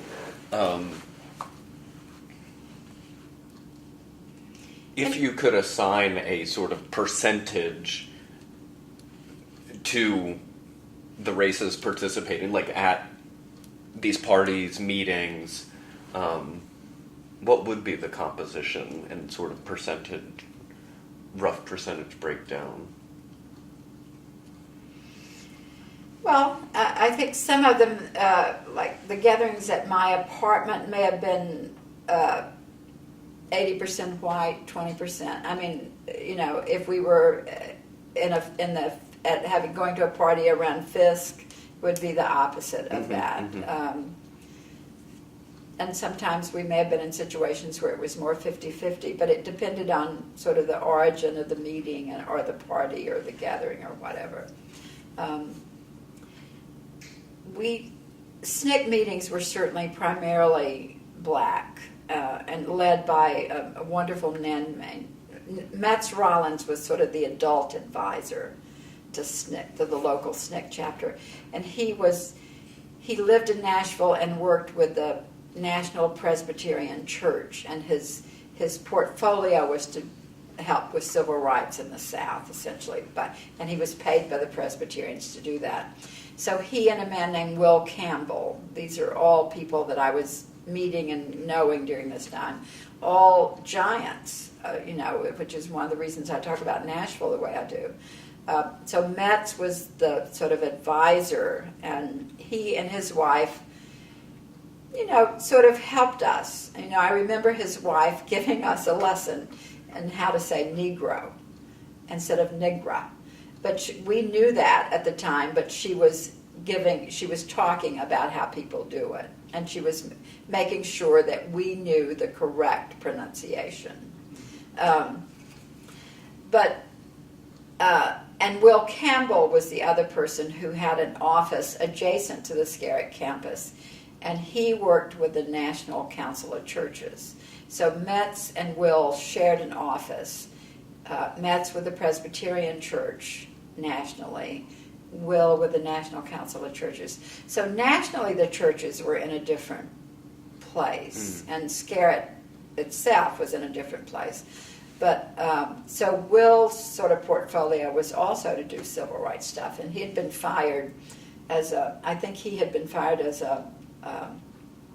chaplain at the University of or he had been let go from the University of Mississippi because of his activities around civil rights. And Will later wrote a book called Brother to a Dragonfly. He had published a book right about this time that I was still at Scarrett called Race and Renewal of the Church. And that was a book that I read and wrote about in some of my classes, and reread and wrote about. So it became, a tome for us. And Will was very supportive of the SOC group. He would come to visit us in our office. He was sort of a country preacher who liked to wear cowboy boots and sing country songs and strum a guitar, and always insisted that you worked with everybody. And he later became known as a minister who worked with the Klan. because he insisted that you be a minister to everybody, and he did. He was much like John Lewis in that way of nonviolent love, and but he wrote several books later, but he was one of the major mentor figures for us during that time, and very supportive of the SOC group. So just as SOC is coming together, Freedom Summer. Freedom Summer. We met in April of '63, and plans were well underway for Freedom Summer at that point. And Ed's role as the campus traveler for SNCC, working on white campuses, they had decided that they would have a project that would work in white communities in Mississippi. Because I think partly because Bob Moses felt that we should be doing organizing in white communities in Mississippi, and was interested to see if you could organize in working class white communities in Mississippi. Ed Hamlet and I think, have a different take on this project. My view later, and it was later, not during the time it was going on, was that it was a great idea whose time had not come, because Mississippi, leading up to the summer project, became so totally polarized that there was no way to do any kind of in-depth organizing in the white community. It was just, you first had to save your life. So to think about organizing was a step beyond, and already a group of ministers in Mississippi had issued a letter in support of civil rights, and most of them had been chased out of the state by the time the summer project happened. Many of them had to leave the state.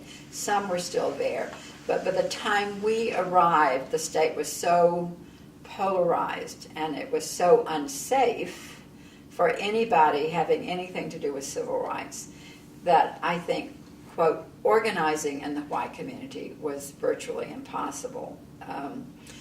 Nevertheless, I went to Jackson, and I stayed in Jackson for about 2 to 3 weeks, and I worked with a woman who was head of the Mississippi Council on Human Relations. They were just beginning to form a Human Relations Council. And she was working with a Unitarian minister there. And the two of them were trying to get together a mailing list of people that would become the mailing list for the Mississippi Council. And so that's what I did. I stayed in her house. Her name was Jane Scott. She was a wonderful supporter of civil rights, a white woman from Mississippi. So I stayed in her house and helped her and this minister try to just doing office work, essentially, of getting this list together. And then the majority of our project had ended up in Biloxi, Mississippi.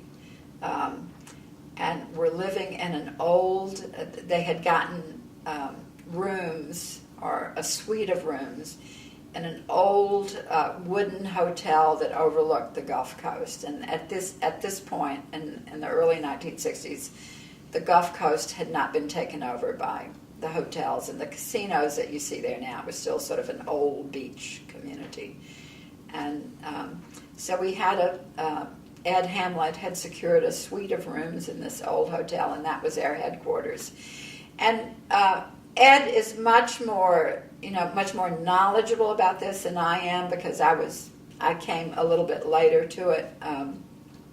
But they did a lot of talking with ministers. There was an effort to get out and talk with white people wherever you could, if nothing else, just to sort of be a moderate voice. But our project, there was another man in our project, a wonderful man named Sam Shira, who also was a campus traveler for SNCC and worked with Ed. And Sam was the son of an Alabama minister, and he wanted to organize working class whites. So Sam moved with a small group of people into a white working class neighborhood of Biloxi.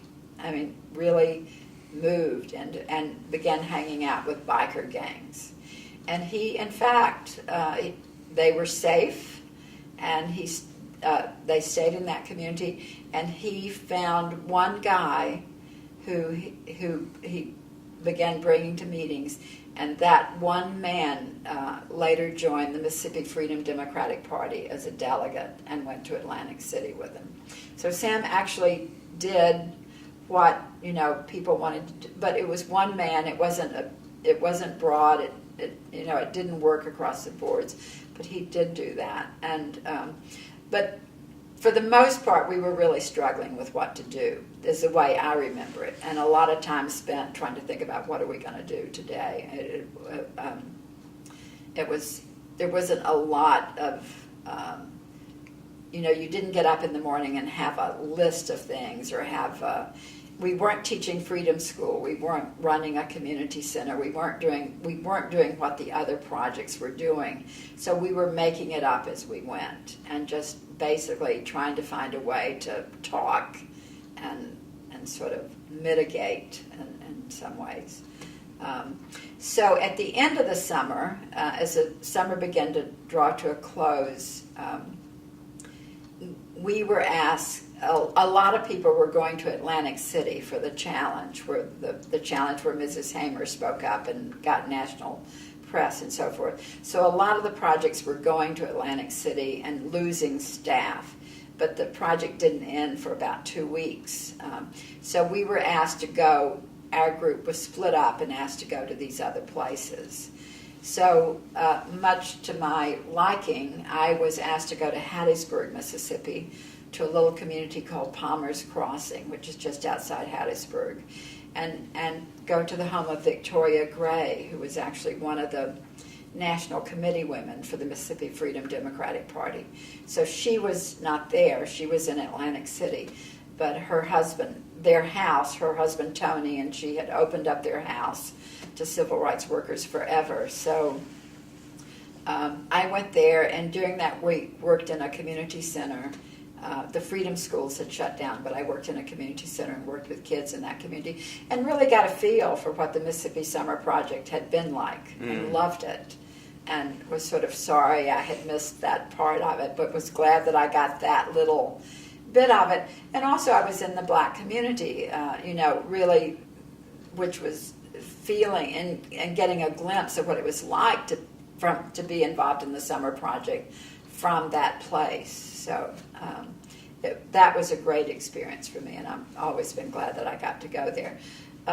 Other people went different places. Gene Guerrero, who was one of the sock people, went to, and one of the bird people, I think he actually went down toward Macomb, which was really an unsafe place to go. So if you haven't interviewed him yet, be sure and talk about that with him. I have interviewed him. Okay. And Well, he has a story, and I'm sure Yeah, if I recall correctly, there was ducking gunfire. Yes, yeah. I didn't have any of the gunfire. I just had a great experience of working with the kids in the community and getting a sense of the community, and what it was like to really be able to sustain that kind of work over time. So I liked it. What sort of work were you doing with the kids? Just reading and crafting and basically daycare kind of stuff. Just a place where they could come and do things. Not a lot, and certainly not professionally done.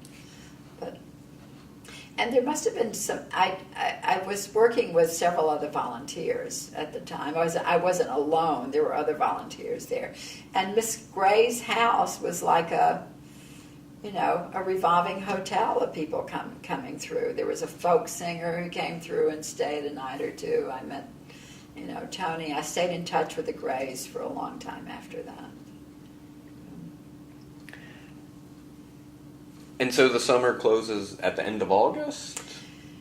Summer closes at the end of August, and I go home to Tennessee and watch the Republican convention, when I think isn't that when Goldwater was being, 64 was Goldwater? Mm-hmm. Yep. So I go home and watch the Republican convention from my mother's and dad's house, and feel like and it's such a total disconnect. My parents had actually come to visit me. They had driven from Savannah to Biloxi.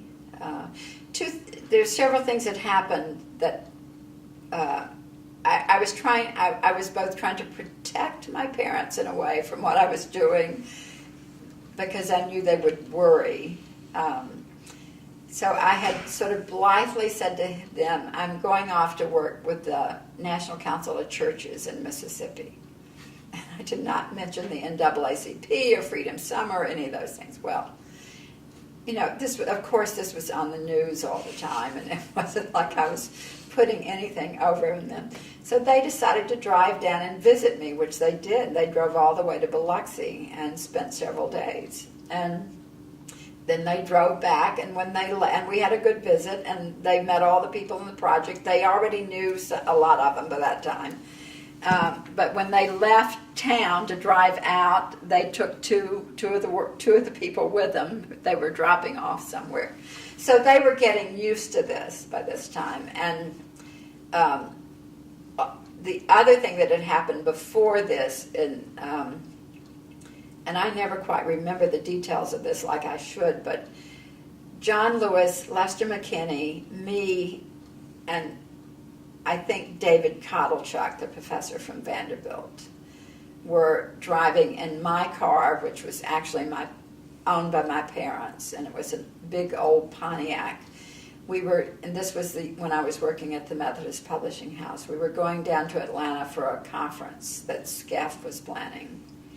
And so the four of us were in a car together, and outside of Nashville, near Manchester, Tennessee, and it was raining. Lester was driving my car, and it was raining very hard, and he put on the brakes, and the car flips all the way over, all the way on top, and we're all unhurt, and sort of crawl out the windows of the car, and but we're not in the town at all. We're just on a road outside of, in the middle of nowhere, it seems to me.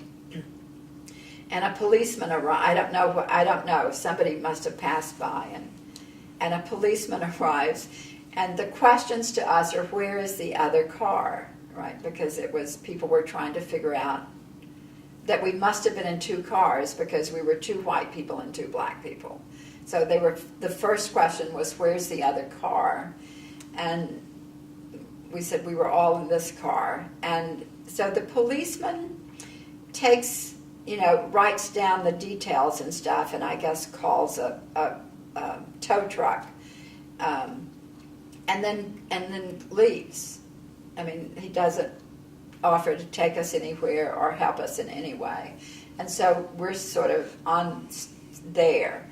And sort of out within no time, though, we weren't there for very long at all, a guy appears, and a black guy appears and says, come with me, and takes us to a house in Manchester where we can make phone calls and get ourselves organized and be safe, essentially.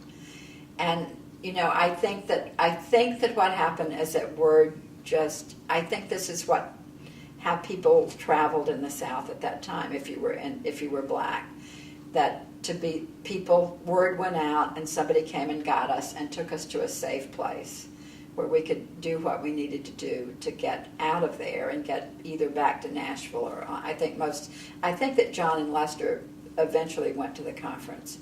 I did not, because I had to deal with this. I had to deal with my parents in this car. Mm-hmm.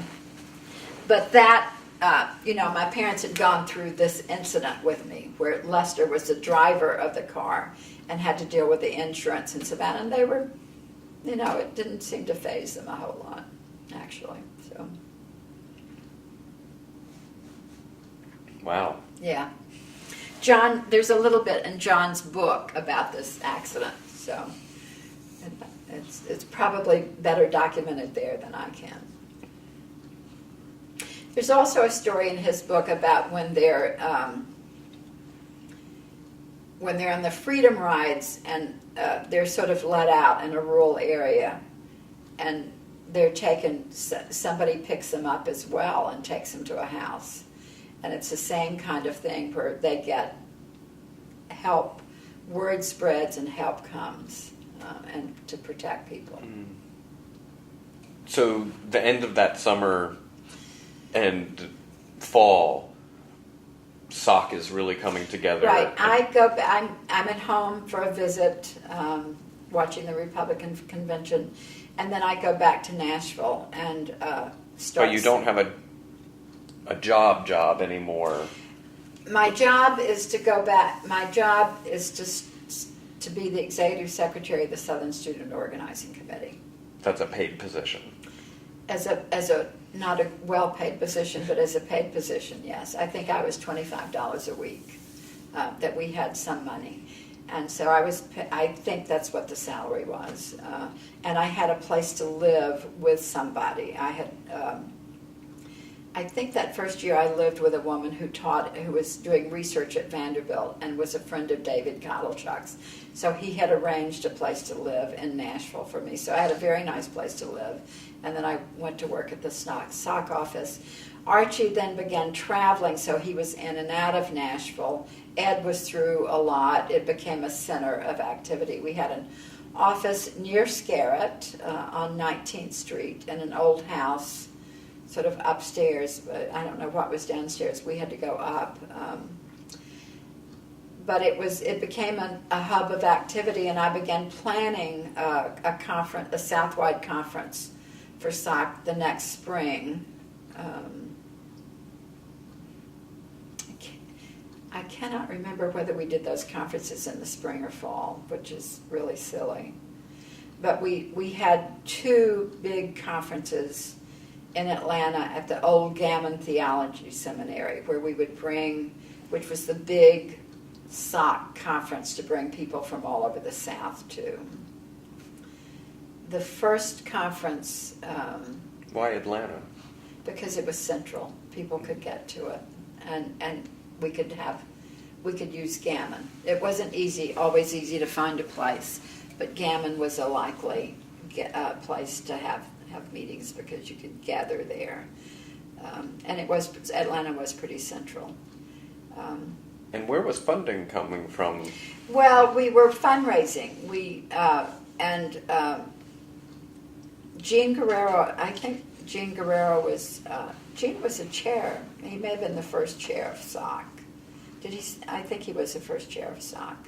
I think that's correct. correct. And so Gene, another guy named Ron Parker, who was one of the activists from Vanderbilt and from the Joint University Council, me sometimes, we tried to raise money from foundations in New York, and we got some. We got some money from the Field Foundation and maybe from the Norman Family Foundation. A few other foundations would give us a little bit, $5,000 or $10,000.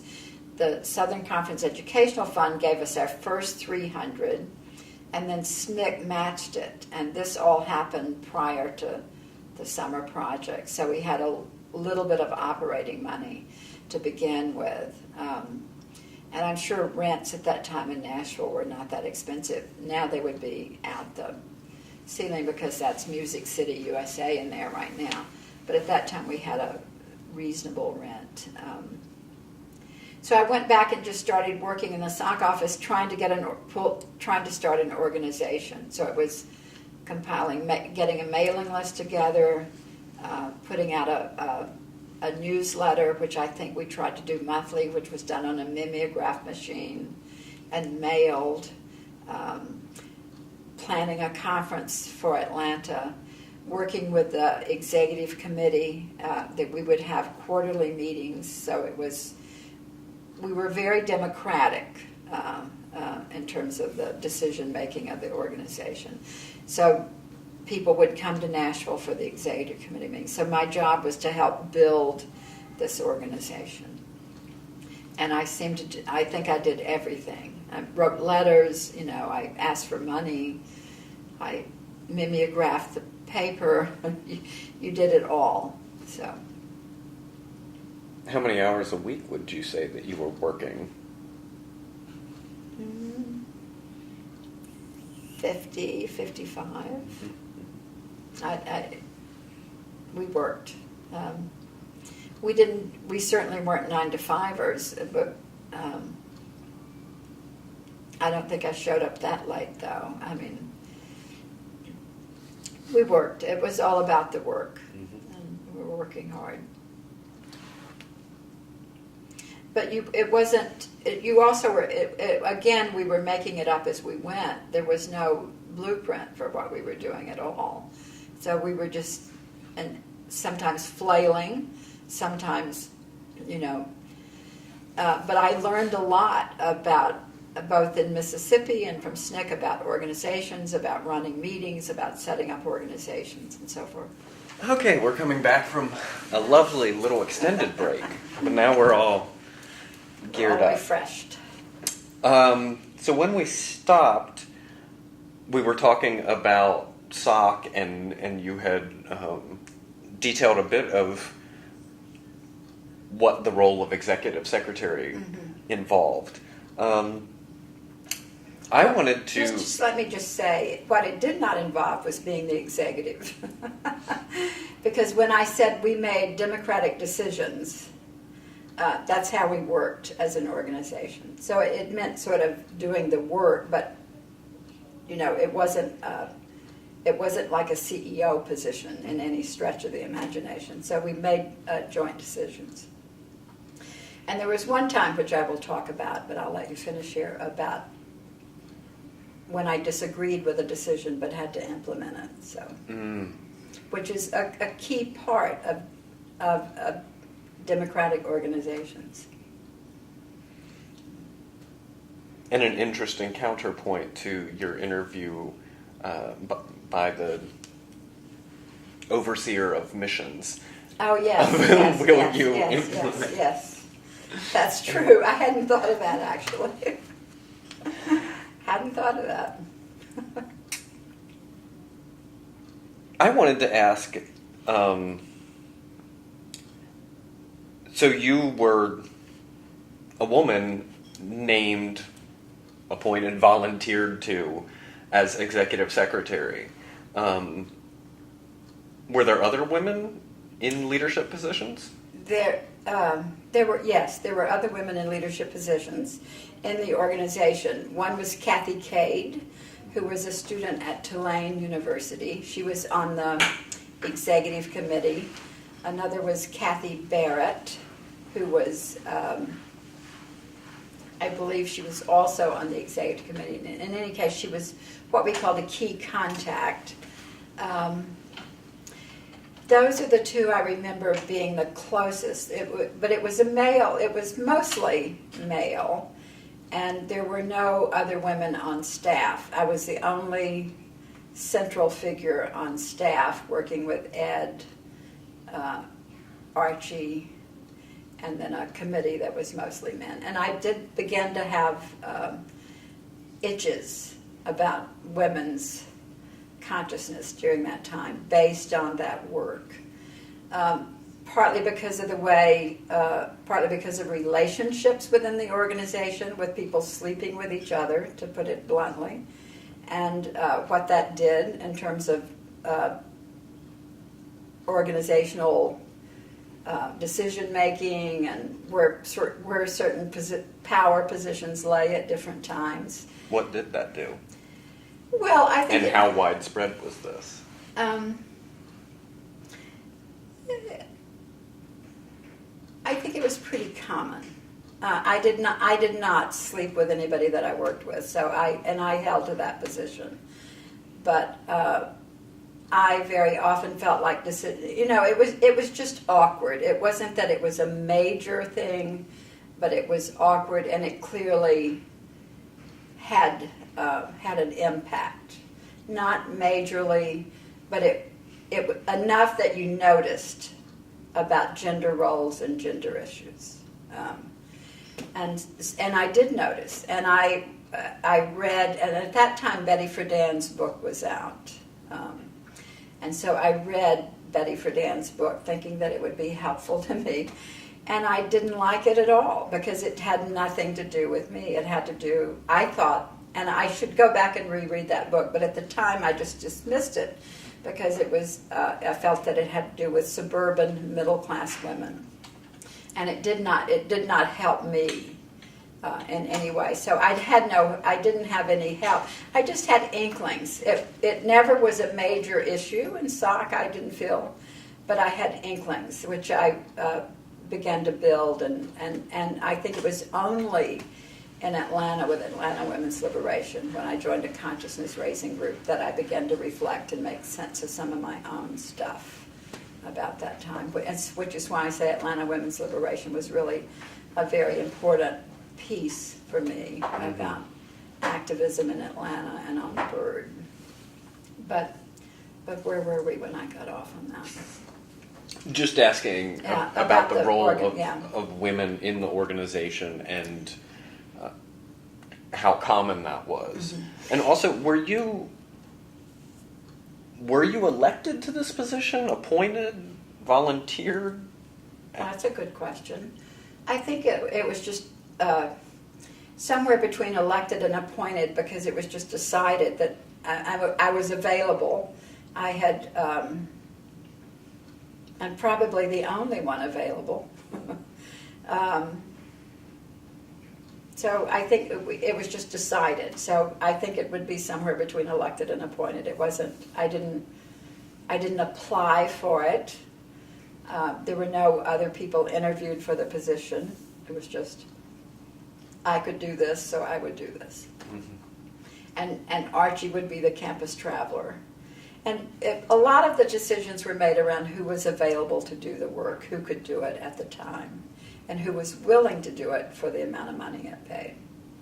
So it essentially came down to who would do a full-time movement position for $25 a week. More than, but you know, and then as I said, we were learning the skills. None of us had the skills necessary. None of us had established an organization before. So we were learning on the fly as we went.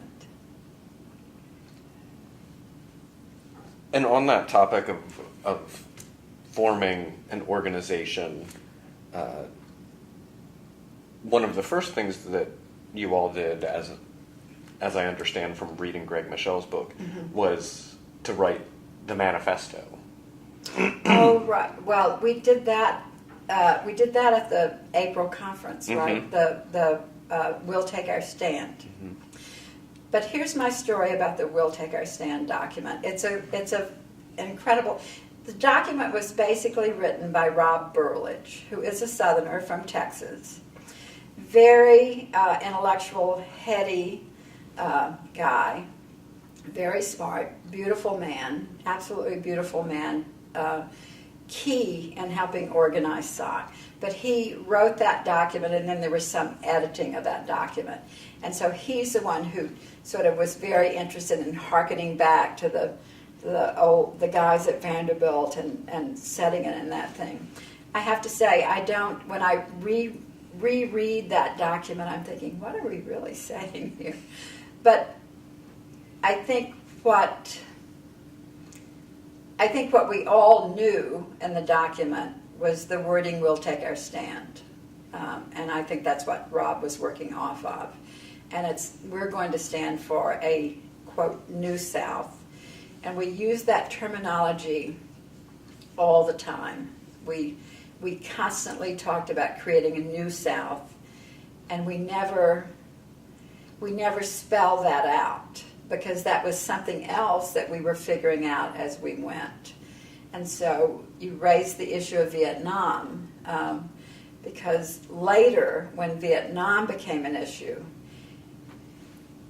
when we first thought about creating a New South, it was about race and about taking a different position as white people and working on behalf of race. And then the Vietnam War comes along, and people are getting active about peace and about fighting the war in Vietnam. So then the question is, does creating a new South mean taking a position about the war in Vietnam? And Saka eventually did take a position, but I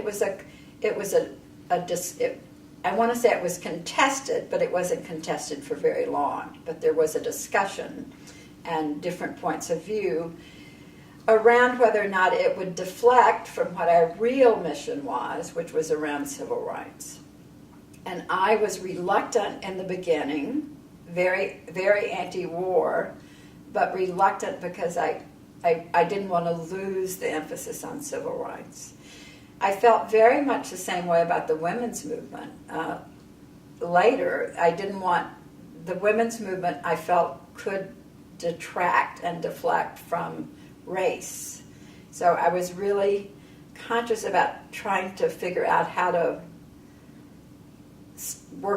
pull those issues together or not take away from the day-to-day work of working around anti-racism, which is not something you can ever figure out. There's not one answer to that. Mm-hmm. So it's just a matter of figuring out within the context of the time and what you're doing how to do that. And so that was always a topic of discussion, and still is, I think, within the women's movement, certainly, and within organizations. Mm. But within the second year of SOC, we were taking a position on the war. We had also, during that time, made closer ties with the Students for a Democratic Society.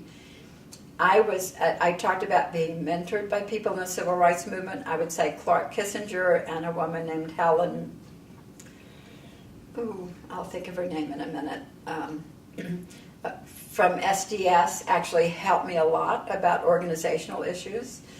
Clark was terrific, and so I could look at what SDS was doing in their national office and sort of figure out what we needed to be doing to build an organization in the South. So we had very close ties with SDS pretty early, because Rob was a part of the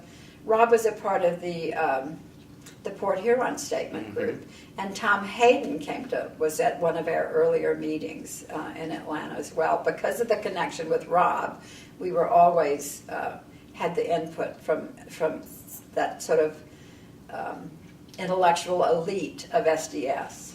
And we're officially recognized as a SDS affiliate. We were a sister organization or something to that effect. Yeah. Which I wonder if there were other. When I read that, I was like, did they have other sister organizations? I don't know. Maybe SNCC. I don't know. Mm-hmm. Yeah. No. And what was the relationship with SNCC?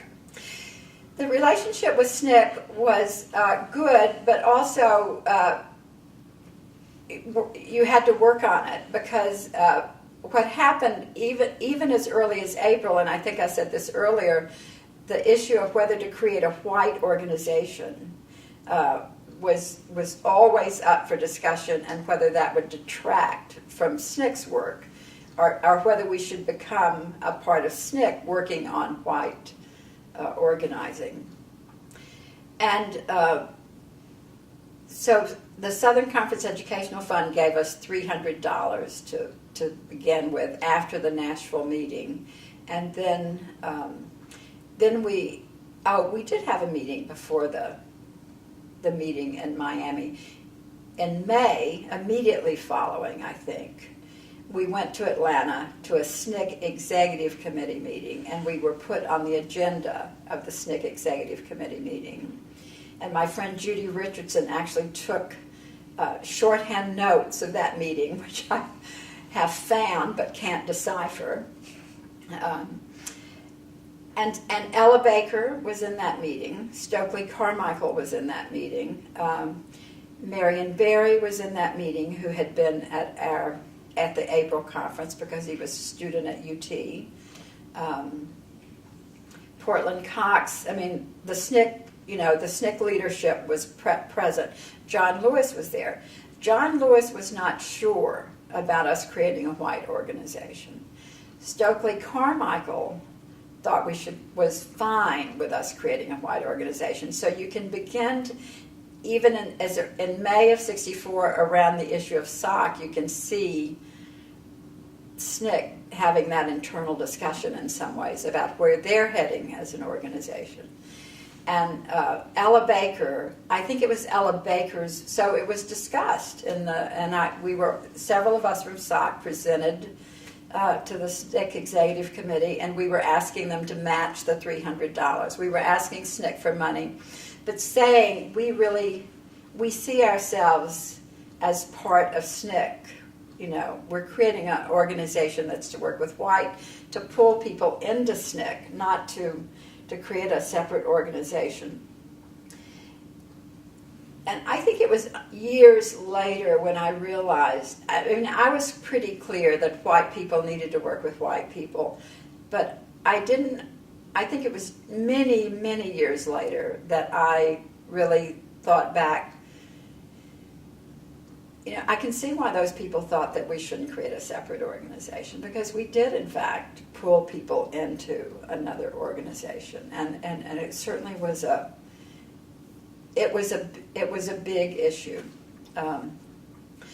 But in the end, I think Ella Baker's support inside the SNCC Executive Committee, and certainly Stokely's, because Stokely had a lot of influence in the SNCC Executive Committee, and the sort of northern contingent of SNCC probably supported it. The people from, i.e. the people from Howard, Stokely, Cortland, the folks who had a more national view of SNCC. The southern part of SNCC, John, and the people who were more coming out of a church perspective and a deep relationship with nonviolence, were a little bit more skeptical, but liked us, trusted us. And so it wasn't, there was no tenseness around it. There was more of is this a smart organizational move? And I think that I continued, and I think most SOC people did continue to feel very much a part of SNCC. I mean, my association to this day is with SNCC more than any other organization, because it was SNCC that sort of raised me, so to speak. But that SNCC made that early decision, and then it was also clear by that time that we were the people who were going to be working in the summer project in Mississippi and Freedom Summer, and working in the white community. So there was, it was somewhat coming together in a way at that point. And so that decision was made. And then we all went off to Mississippi Summer and had another meeting in Miami. And the thing that's important about the Miami meeting is SOC was already beginning to run into the issue of red baiting head on, which makes, I have to say, given the recent headlines around Russia connection, I feel like I live in an upside down world, because we were, one of the major issues for us as a young organization of students who were not particularly sophisticated politically, but were operating on emotion and passion, was coming up against this Cold War mentality about, were we too close to Anne and Carl Braden, who might be communist? And so that was, and SNCC had the same issues, but SOC, because we worked very closely with Anne and Carl, and because they had given us that first $300, SOC was really, we were asked that question constantly and monitored about that constantly by funders and by sort of other people involved in civil rights in the South, because it was a big issue for all the civil rights organizations, for King's organization as well. So, and it was an issue for us because of our association with the Bradens. So we are scheduled to meet at on the campus of Miami University, where the orientation is taking place. And the National Council of Churches decides that Ann Braden cannot be there, and Ann is going to meet with us. And so they make a decision that Ann should not be on the campus and be associated with Freedom Summer. And it was literally, they were so fearful of bad press for Freedom Summer that they did not want Ann on the campus or a part of that, even that little project.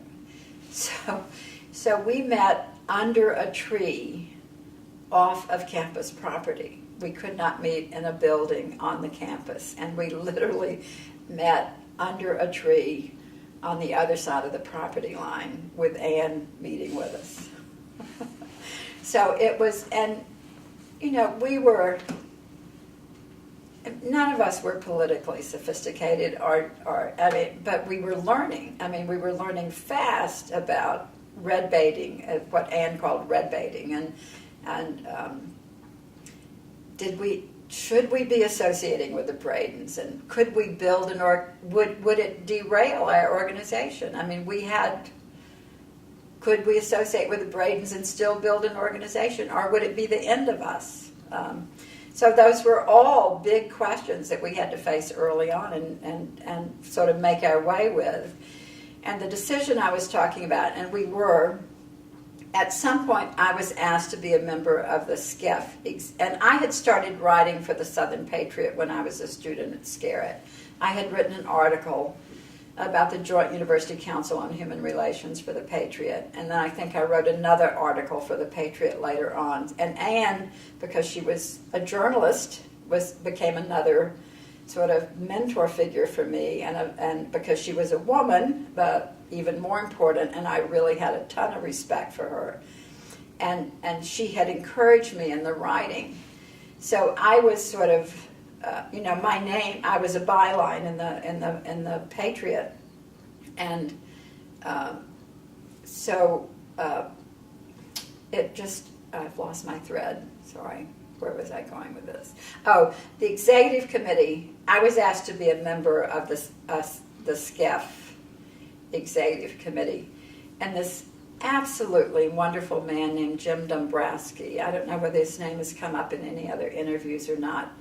Jim Dombrowski was the director, the executive director of the Southern Conference Educational Fund, and the office of SCEF was in New Orleans. And the SCEF offices had been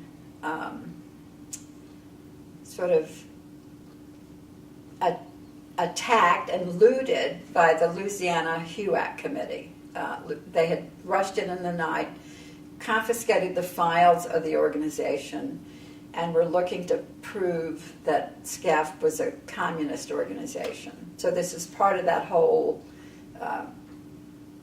anti-communism thing and smearing organizations. And a man named Arthur Kanoy, who was in law practice with Bill Kunstler, Kunstler and Kanoy defended SCEF and got it into federal court and argued that what the state of Louisiana had done had a chilling effect. And that was the major landmark sort of decision about chilling effect with civil rights activity then. But Jim was the head of this organization. And he was a wonderful, wonderful man, very, very tender, very gentle man who was also an artist and also a backbone of steel because he was head of this organization that was under attack all the time. And the Southern Conference Educational Fund has this remarkable, wonderful history of being an early organization that had white and blacks working together. So it was an organization that I felt a lot of affinity for, and later learned a lot more about the history of it. It was originally called the Southern Conference for Human Welfare. So Jim had asked me to be on the committee, and I had said yes, not thinking this was an issue. But then I brought it to the executive committee and said I'd been asked, and I'd said yes, and then we discussed it, and it was an issue because SOC was just too vulnerable at that time with funders and with other people. So the executive committee made a decision that I should not be on the SCEF board. So then I personally had to write the letter to Jim Dombrowski saying I can't be on the board. And it killed me to have to write that letter, you know. And even more so when I got Jim's response, which was a one-sentence response, saying, "Your letter makes me very sad." So, but it was, I would make the same decision, you know. I wouldn't, in spite of what I said about the Methodist Church, I would have opted, you know, it was a democratic organization, and it was a decision that needed to be made by the organizations committee and not me. But it was another part of that learning curve about the very political world of the organizations that were in the civil rights struggle, and all of the issues that were out there that had nothing to do with on the ground struggling around, you know, injustices around civil rights in Nashville or in local areas, or getting college students involved, the big overall political scene, which we were a part of and had to learn about very, very quickly. And over time, the executive committee asked me to not be on the board, but we never, the organization never quit working with the Bradens, and that was the only moment where we did anything sort of organizationally that was a decision around that. But otherwise, we continued working with the Bradens and working with SCEF. It just, officially, I was not listed as a member of the other organization. So, but red baiting was always an issue that was new to us. Because remember, most of the SOC people were coming out of church backgrounds like me, or, you know, we were not the sort of intellectuals that had a political perspective like I think SDS folks did. Mm-hmm. We were more like the people in SNCC who were from the South. We were coming out of either a religious background or a rural background of some sort. So there was a difference in the way we learned about things and approached things, I think.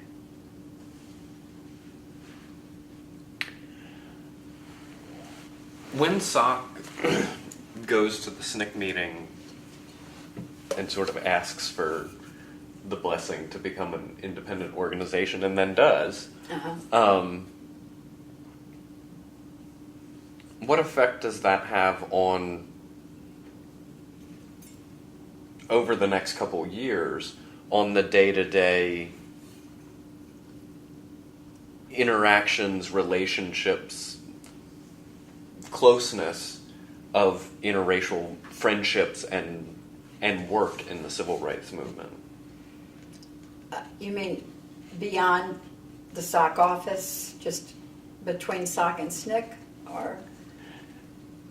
And beyond that, yeah, as well, just was there sort of a noticeable, because for at least a couple of years you're working with SNCC and going to parties and socializing interracially and working interracially, and then all of a sudden it's decided that we need to do this organizing amongst white communities by white people. Yeah, and well, I think the difference there is working regionally as opposed to locally. I mean, once we became a regional organization, and again, at the Joint University Council, we were working with a Nashville SNCC chapter.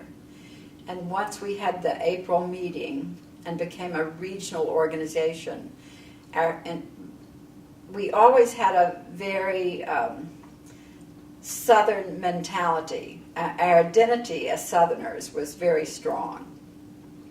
But organizationally, I think we had a mentality about organizing across the South. And so, but what happened, I think, when we went and we started working more with SNCC when we became a part of the Mississippi Summer Project. And following that executive committee in Atlanta, we were working regionally with SNCC more, and certainly in Mississippi. But we also were having these ties with SDS nationally. So we were beginning to get into a different. It's a good question, because we were beginning to grow into something different than that little local organization in Nashville. And I think it was all coming very fast, because within a year, we started in 1964, and by 1965, we had already made the decision about not supporting the war in Vietnam. And the anti-Vietnam War movement was very strong by 1965, and strong in the South.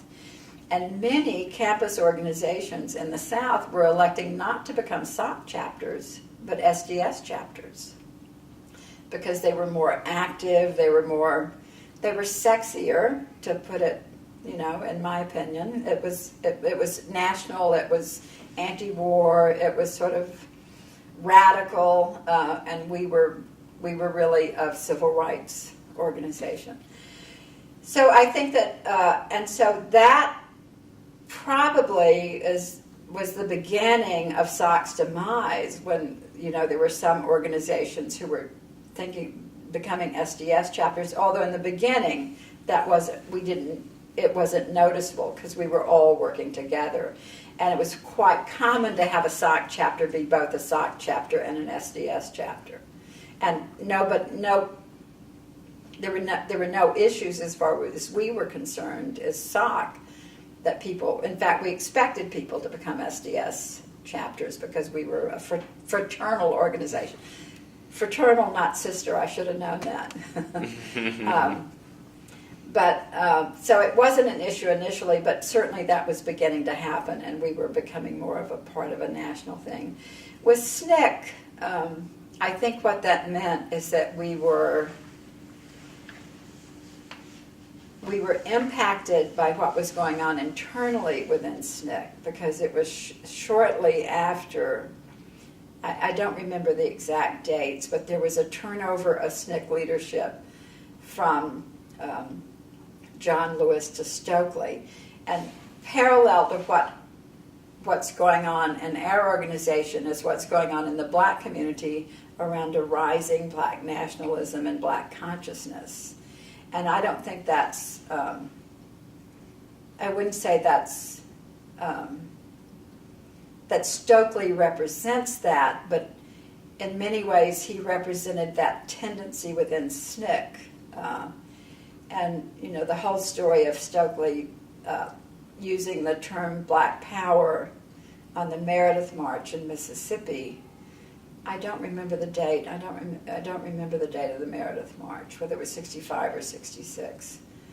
But clearly there were some things going on in SNCC about what the organization was going to be like, and John Lewis's perspective was losing ground, and what kind of organization SNCC was going to be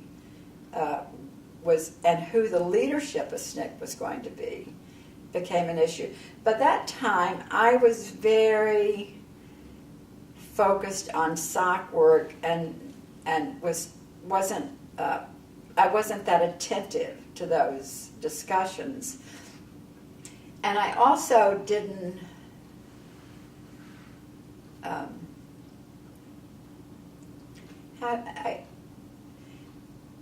I wasn't afraid of those discussions. I wasn't defensive about those discussions, because I had always thought that whites should work with whites. That was sort of clear to me.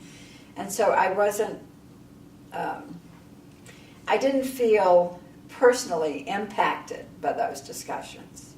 And it made perfect sense to me that there should be black leadership in SNCC. But I think for some people, and I think that Bob Zellner probably talks about this in his book, for some white people who were very, very invested in SNCC as an organization, and that was their strongest identity, felt bereft by those discussions and by the decision that white people not be in leadership positions, and went off and had a very hard time dealing with those discussions. I continued working with SNCC people. In 1966, one of the last things I did for SOC was go to Mississippi, and I think I sort of thought this up on my own, or it was something I wanted to do, and the organization supported it. And I wanted to get out of the office. I wanted to not be in the Nashville office.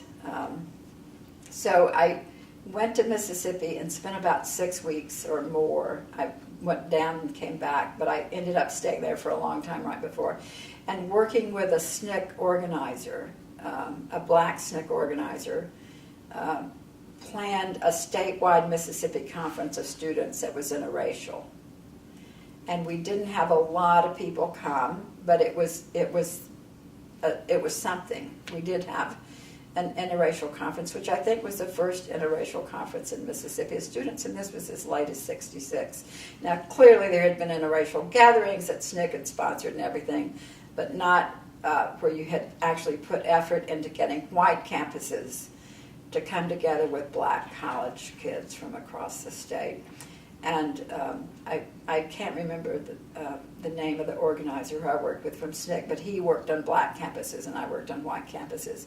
And we had a conference at I'm sure it was at Edwards, Mississippi, which is where every conference was held, because it was on by the church and was an interracial gathering place. And there were black and white students meeting together, and it was a little effort. And then I wrote a report on that, and then I was leaving SOC at that time, and I was theoretically on my way to graduate school at the New School for Social Research. So I'd sort of been thinking that I wanted to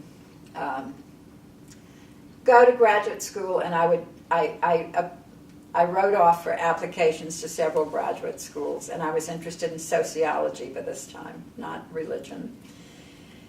And so I wrote off to a few institutions, and I would get these long pages worth of application forms, and I would start filling them out, and inevitably by the second page they'd be going into the trash bin, and then I got one from the New School for Social Research, which was 2 pages. And I filled it out completely, and the page requesting financial aid was also 2 pages, and I filled it out completely, and I was accepted into the New School for Social Research. And Rob Burlage, by this time, had gone to be a fellow at the Institute for Policy Studies in Washington, D.C. So, and the Institute had a student program that you could come and work with a fellow there on projects. Mm-hmm. And so Rob said, why don't you come here for the summer and be a student and then go to the New School? And so that was my plan. So I arrived, and after the Mississippi conference, I went to Washington to work with Rob, and then was planning to go to New York in September. And I don't think I had thought about what it would mean to become a graduate student and change my life. What happened was that I got very immersed in IPS, in the Institute for Policy Studies, and the work that was going on there, so I put it off. I didn't go in September. And within the next year, I stayed I was called a student, although I don't remember that I was paid very much. But I managed somehow or other. And Rob, the work was fascinating because Rob, all of the fellows at the Institute did policy stuff, and some of them had come out of the Kennedy administration. They were sort of the radicals from the Kennedy administration. Rob was beginning to work on health policy. So he was organizing, and my job was to help organize these seminars for congressional assistants. So that's what I did. I began to learn how to pull together seminars and educational sessions on health policy, and then sit in on them and learn from them. And I liked it, and I didn't want to leave, but I was also beginning to get an inkling that maybe we could create a space like that in the South. And so after I had been there, I think, for about a year as a student, the woman who was the administrator for the Institute for Policy Studies died suddenly. And I was a close friend of hers and knew about her work. So the directors asked me if I would become the administrator. And I said, yes, I will become the administrator if you will let me use this as a way to learn how to set up an institute in the South. And I'll do it for a certain period of time. And I think I did it for 2 years, and then they were interested in the idea of having an offshoot, so to speak, in the South. And so I did that, and at the end of 2 years, they gave me, I don't know, I think $1,500 to start the Institute for Southern Studies, and then offered to pay me. I was up to $1,000 a month at this stage, which was big money. Yeah. So maybe it wasn't $1,000. $100 a week. Excuse me. It was $100 a week, which was big money. Still big money for me at that time. So but in this time, I'd started talking with Howard. Howard Romaine was also interested in this idea. It wasn't like I'd had this idea on my own. I should correct that impression. Howard and Julian Bond and I had sat around at the SNCC office one day talking about this idea, because I was already at the Institute at this time, about the idea of opening up a Southern Institute that would do research on the South. And we talked about it from the perspective of what was happening with the movement and what the movement needed. And our sole perspective was that in our heads, we envisioned a strong movement the way it was at that moment, of people doing grassroots work in communities, and that we would then sort of help do some research for and work around policy issues, and it would become sort of like an educational arm, and it would all be a part of this movement. And so we started, and I came to Atlanta in 1969 to start the Institute. And by the time this happened, SNCC, the movement was different. I don't want to say there was no longer a movement, but it was different. The split in SNCC had occurred. People were doing different things. Julian had started doing a lot of work with black elected officials around the South, which was a sort of an expected outgrowth of the voter registration and that line of work. And he was very interested in that. And so I think we really struggled with what our role was, because the movement had shifted. There was no obvious audience for us in the way we had envisioned it in the beginning. So we were really, I think in the early days of the Institute, really struggling to figure out, who are we talking to? Who are we doing this research for? How do we do education sessions?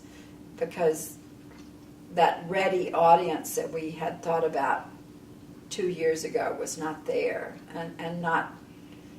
there was no one out there clamoring for the information that we were gathering, which is the worst of all possible positions to be in. Because I think we thought that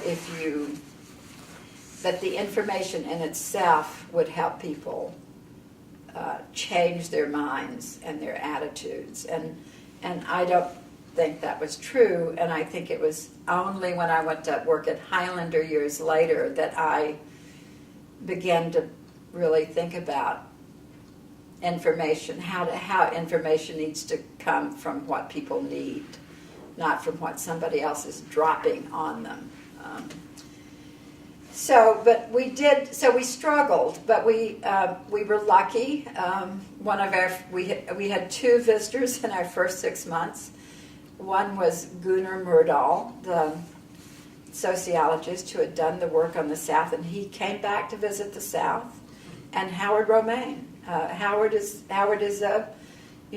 will ask anybody anything, and Howard got Gunnar Myrdal to come give a seminar at the Institute. So we did it, and so we were this little organization, and I don't know how long you've lived in Atlanta, but our offices were located at 88 Walton Street, on the corner of 88 Walton Street near Springs. We were about a block off from Spring Street, and so we were around the corner from the Southern Regional Council, and we were in a very nice building that architects had the space upstairs. But underneath us was sort of a gay pornographic, we called it a pornographic theater. It probably was a gay erotical theater. And it was painted orchid, bright purple. And so, and with lots of advertising all over it, and with a marquee. And then you entered our office right next door to that. So we were in this building, and we were upstairs over the theater. So we weren't in the high rent section of town. Do you know what the theater was called? Yes. I'll come back to it.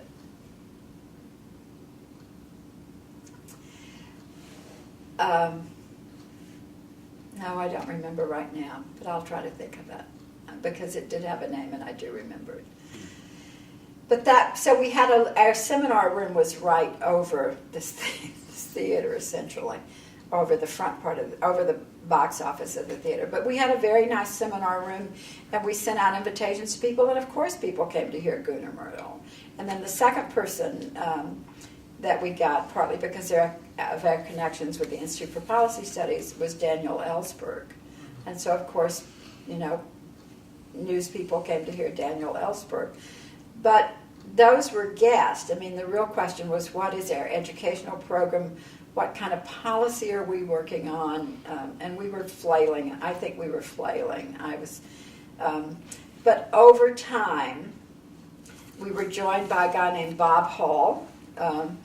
And Bob was very interested in doing research. And Howard was very interested in doing research on the military-industrial complex. And so we had started doing that, and so Bob joins our staff, and Bob says we need to start a journal because we have no way of getting our information out. There's no one asking to see what we're doing, so we have to find a way of publishing what we're doing. So he encouraged us to think about the idea of a publication, and that's when we started Southern Exposure.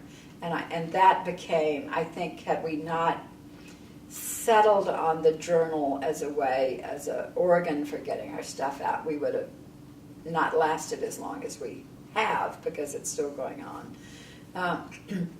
But that became a way to actually feel like you were getting stuff out. Now, of course, that meant that you really had to try to get circulation up and get it out and pay for it, which it was an expensive little endeavor because it looked good. And so that was a struggle, but I think the early issues are rough around the edges, but excellent publications. I've always been really proud of that work. And it became, and then within a couple of years, Leah Wise had joined us, and Leah and Jacqueline and I had started thinking about doing an oral history project. And I had been, partly because of Ann Braden. Ann Braden had said to me many times, you know nothing about your history. You think you're the first white people to do anything about civil rights, and you need to learn about the history of the Southern Conference for Educational Fund and all the people who have gone before you. And then also I was very interested in Southern labor in the 1930s and all the work around, all of that work around the textile strikes and other things. And the only way to find out about that, there wasn't a lot of books or publications on it at that time. I mean, there've been books since then, but there wasn't a good way to find out about that early movement stuff unless you went out and got it. So Leah and Jackie and I had decided that we would do an oral history project, and I think Leah and I started working on the Southern Tenant Farmers Union. What else did we do? I did some interviews locally with the United Auto Workers had actually had a sit-down strike in Atlanta prior to Flint, which was not well known. People always talk about the Flint sit-down strike, but the UAW had gone on strike before. And Neil Herring and I found these guys who were in the UAW retirees local. And I did the first interview with them by myself, and then Neil and I went back and did another one. And, I took my big Ewart tape recorder, which I was just learning how to work, and interviewed 5 guys at once who sat around the table at the retirees local building, and I was absolutely terrified because I had no idea what I was doing. And it was a terrific interview because nobody had asked them about the strike, nobody had shown any interest, and they were delighted to tell their story, and they talked. And so it became apparent that we had a lot of good information, and that's when so the third issue of Southern Exposure was a double hit issue because it took us so long to put it together, and it had so much information in it on Southern history called No More Moanin', and that's where we collected our first series of interviews. And we published a whole series on the Southern Tenant Farmers Union and on the UAW auto strike, and one about we worked with other people who had also done interviews about the Knoxville race riot and other stories and book reviews and so forth in there. So, and I worked on that issue for about 6 months. It was a big undertaking, but I love doing it, and it's one piece of work that I'm still the proudest of today. I love that issue of Southern Exposure, and love doing the interviews, really. And by that time, Bob and Jackie were moving to North Carolina, and so we sort of split the Institute into two places. I maintained an office here in Atlanta for another year, but we began moving stuff over there, and I was beginning to think about doing something else, which was to go to the Highlander Center by that time. I wanted to go back. You mentioned leaving SOC because you were going to go to grad school, and we're just having this stopover at the Institute for Policy Studies. Had you been thinking for a while about leaving SOC, or? No, I think that it was just pretty organic. I was feeling like SOC was changing rapidly. There were a lot more people working in the organization. It was harder because people were coming in and going, and by that time we were part SDS, part SOC, there was a big peace caravan project. It was just bigger, and it just felt like it was time for me to go. And were you still in your role as executive secretary this whole time? I think so. I think I was up until the time I left. Mm-hmm. And then I know guy from Kentucky somebody else took on that role and that title after I left. But I think we had already started doing the Southern Folk Festival Revival. Ann was doing that. There were a lot of things going on in SOC at that time, but it was because of what was going on in SDS nationally, we were beginning to be impacted by that. Although I think the majority of that happened after I left. I was in D.C. working at the Institute for Policy Studies when the big meeting was held at Edwards in Mississippi, and I came back for that meeting. But I had been away from day-to-day SOC. I was still connected with the people, still connected to the organization, but not day-to-day at that point. But I did go to the meeting in Edwards and watch. I just remember most of us sitting in the back watching the discussion take place and watching the unfolding of the decision to shut down this organization that we had created. And the people who were doing all the talking were non-Southerners and were all SDS people who later, it was, my take on that is it represented the beginning of the split within SDS between Weatherman and RIM 2, essentially. And I think that's what was happening. And so the people who were doing most of the talking were the people who represented RIM 2, Mike Klonsky, and the people who represented Weatherman, which is Mark Rudd. But there were people inside SOC who had these positions as well. So, but people who had mostly come later, but people I knew and liked and had worked with, Lynn Wells and David Simpson, and I think maybe Jim Skillman and other people. So it was, and it just felt like, but I didn't feel, I wasn't even sad about it, because it felt like the SOC that I had helped create and had done what it needed to do at the moment that it needed to do it.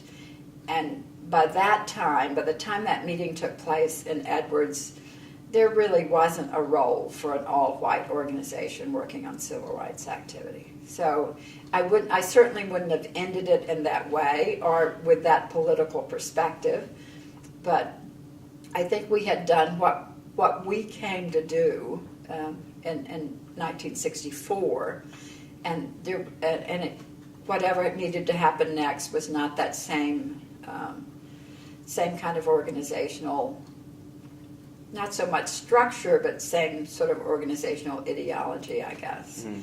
So it's not that I'm agreeing with it, but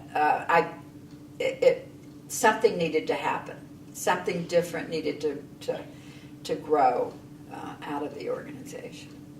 So I think,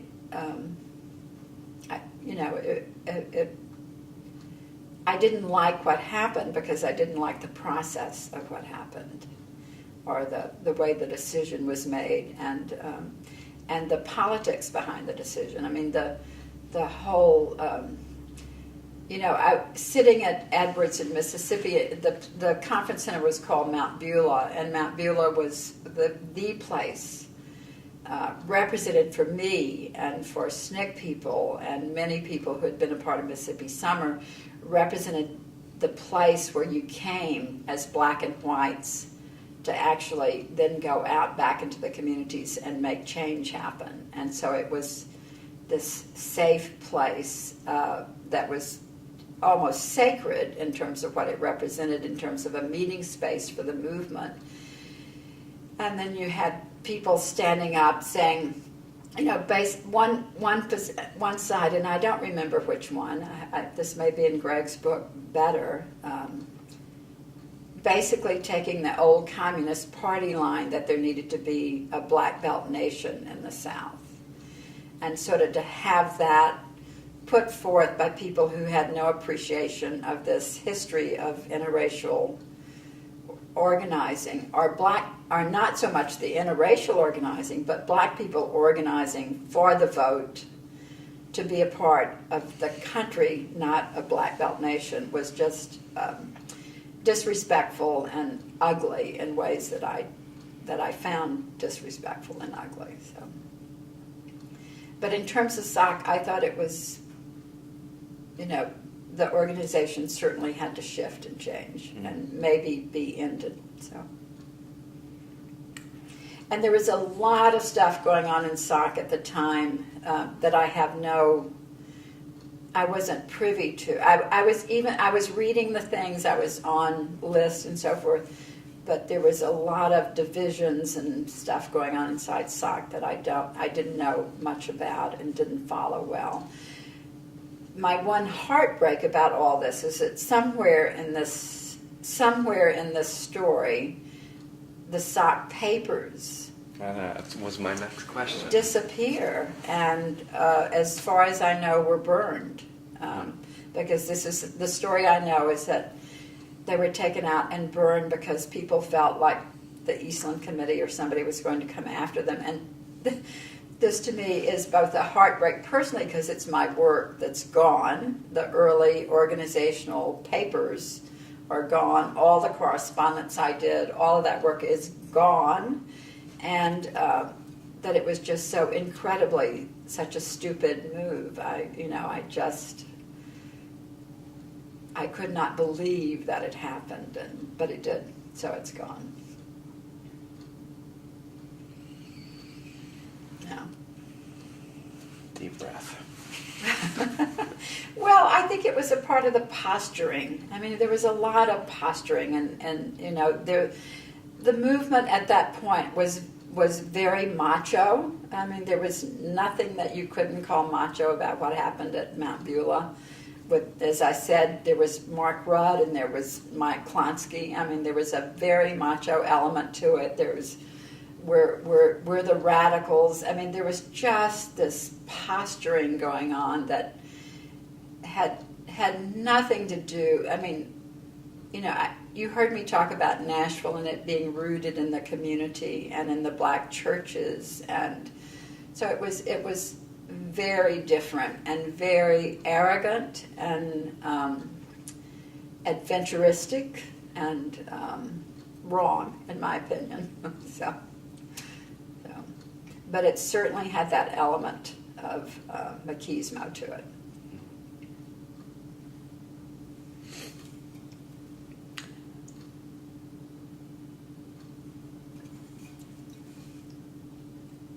I guess a bridge here. I have a couple questions about the Institute for Southern Studies, but from SOC and Institute for Southern Studies, what was your understanding of, this is a huge question, of the South and why the South was something unto itself deserving of attention and study, both from SOC and the writing of We'll Take Our Stand to the launching of policy studies, Southern studies?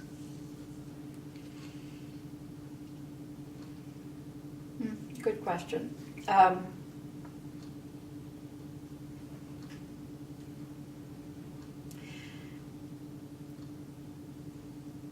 I don't know. I think that I have, when I think about identity, I have never, my quote, ethnic identity is as a Southerner. My identity is as a region, really. And then I think in the 60s, I added white to that. So, and I think that's still my strongest identity, that I'm a white Southern woman, which I would add at this, but I think all of us who started SOC had a very strong regional identity as Southerners.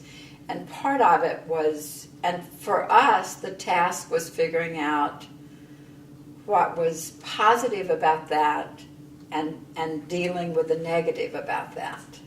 Because I think we all believed deep in our souls that there was something positive about it, and we wanted to bring that to the fore, but also deal with the negative aspects of it. And so much of it, of that identity as a Southerner, if you were white, was negative.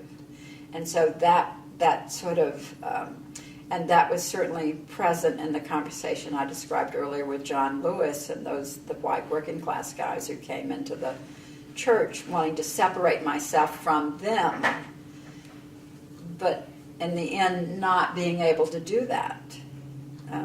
You know, really, I'm not that different. I am different in some ways, but I'm not that different from them. So it was always a struggle, but I always had this, and I think sort of righteously guarded Sox identity as a Southern organization. I mean we were Southerners who had created this organization, which is you probably could tell in what I just said earlier, that one of the things I didn't like was that it wasn't Southerners up there killing the organization off. So, and with no understanding of the regional identity or the regional identity around race, certainly.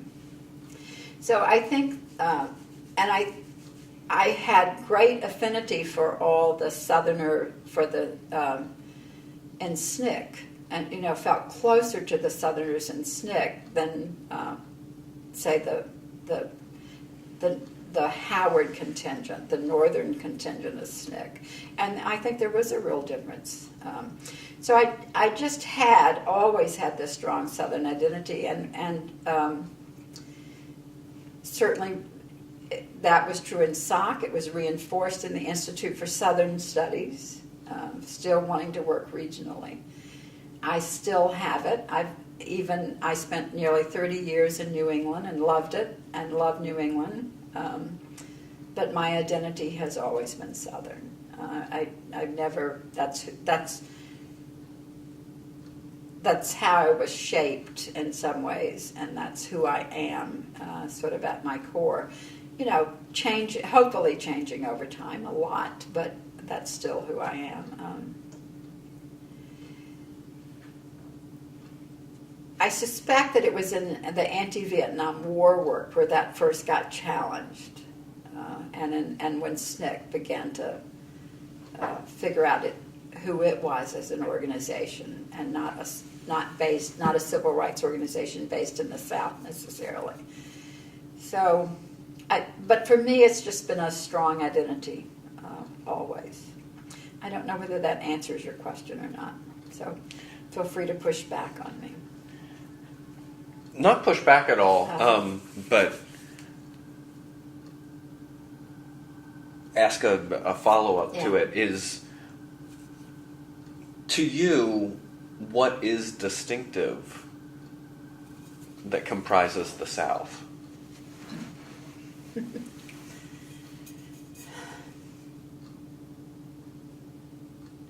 Well, I think it would be different now than then. In 1964, it would be different than what I would say now. I think the South is more national now. I think the South has much more. It looks like every other part of the country. I think people keep trying to say that it's the South that's the most conservative, when I think, well, think about all those square states in the middle of the country. They're just as conservative as in terms of voting as the South. And it's really, it's really East Coast, West Coast in terms of conservative versus progressive, I think, in some ways. So I think rural America is quite different than urban America at this stage. But I think the South was defined by race. That was one of the big definers of the South, and it was certainly one of the big definers for me, was the issue of race and I was always aware, certainly as early as 1965, at the time when the urban riots began to happen, that racism was not a Southern product, that it was all over the country, and that it took different forms in different places. But I felt that my work was here, and I don't think I ever intended to leave the South. I always thought of myself as a Southerner, and never thought about moving away. I never had an urge to move away from the South. I only went to I went to Massachusetts to go to graduate school, and I planned to be away for about a year. And of course, you don't do a dissertation in a year, as you know. And so I ended up staying, and then I ended up working and staying away. And I love New England, but I still was a Southerner. So it's very hard. I guess I'm not answering your question because I don't know how. I don't know how to articulate what it is, except that for me it's just deep and clear. Mm-hmm. You know, it's very, even though I can't articulate it, Mm-hmm. it's very clear to me. So. Sorry. No, I think that's telling. Yeah.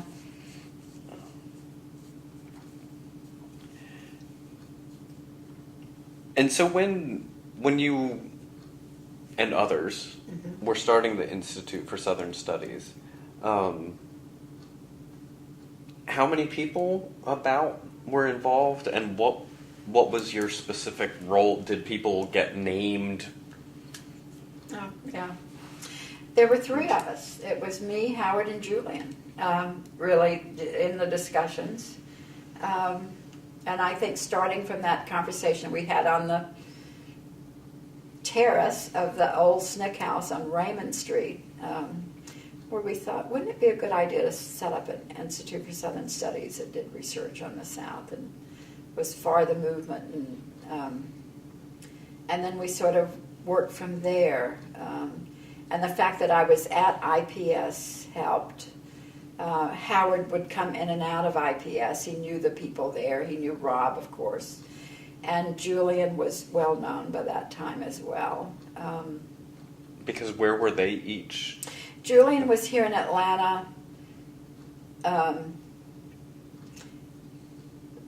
Probably running for Congress against John Lewis, somewhere in there. I don't remember the dates, but Julian was here in Atlanta, and he ran for the legislature and was not seated in the legislature. Mm-hmm. So when we started these discussions, Julian was in the legislature and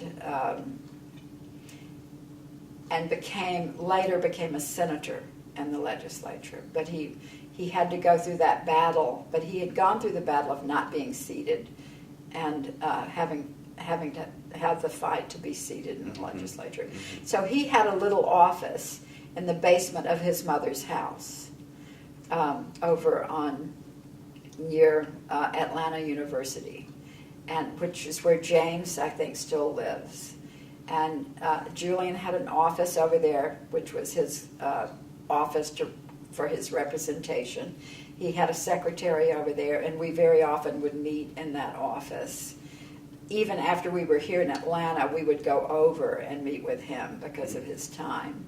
Or we'd occasionally go down to meet with him at the State House.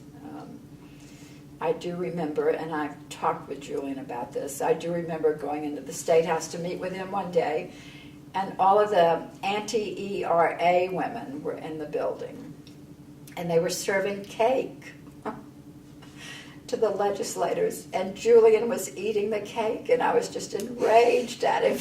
I said, "How can you do that?" He said, "It's very good cake." Julian had a great sense of humor. But so we would go there and meet with him sometimes, and often go over to the. But in the early days, it was me, Howard, and Julian talking, but often talking with Mark Raskin and Dick Barnett, the co-directors of the Institute and Rob Burlage, because Rob was the Southerner, about what we could do in terms of setting up an institute in the South, and what support they would give us, and what it meant for them, because there were 3 institutes that were set up around the same time as the Institute for there were 2 others set up around the same time as the Institute for Southern Studies.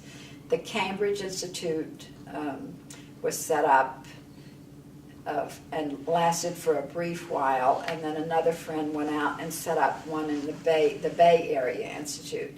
neither of those lasted for very long. Even though the Cambridge one was high-powered in terms of the names it had associated with it, the only one that lasted was the Institute for Southern Studies, which had amateurs running it. But we were in our region and doing our work, so I think that's why we lasted. And we didn't need the kind of money those other institutes needed. We knew how to exist on a modest budget and with salaries that were not professional salaries. So we had ours was always quite different than the others, I think. But the Institute was very supportive, and I really, Mark Raskin and Dick Barnett are two of my favorite people in the world. To this, Mark is still living, Dick is dead now. But I learned a ton at the Institute for Policy Studies. I felt that it was the first time. It was better than graduate school for me, certainly.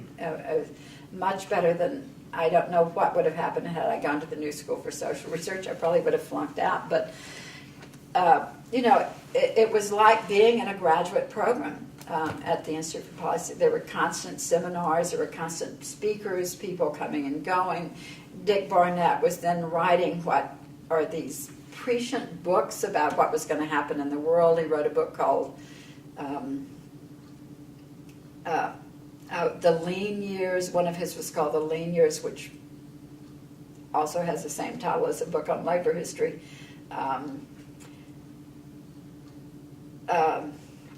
He was writing about nation states being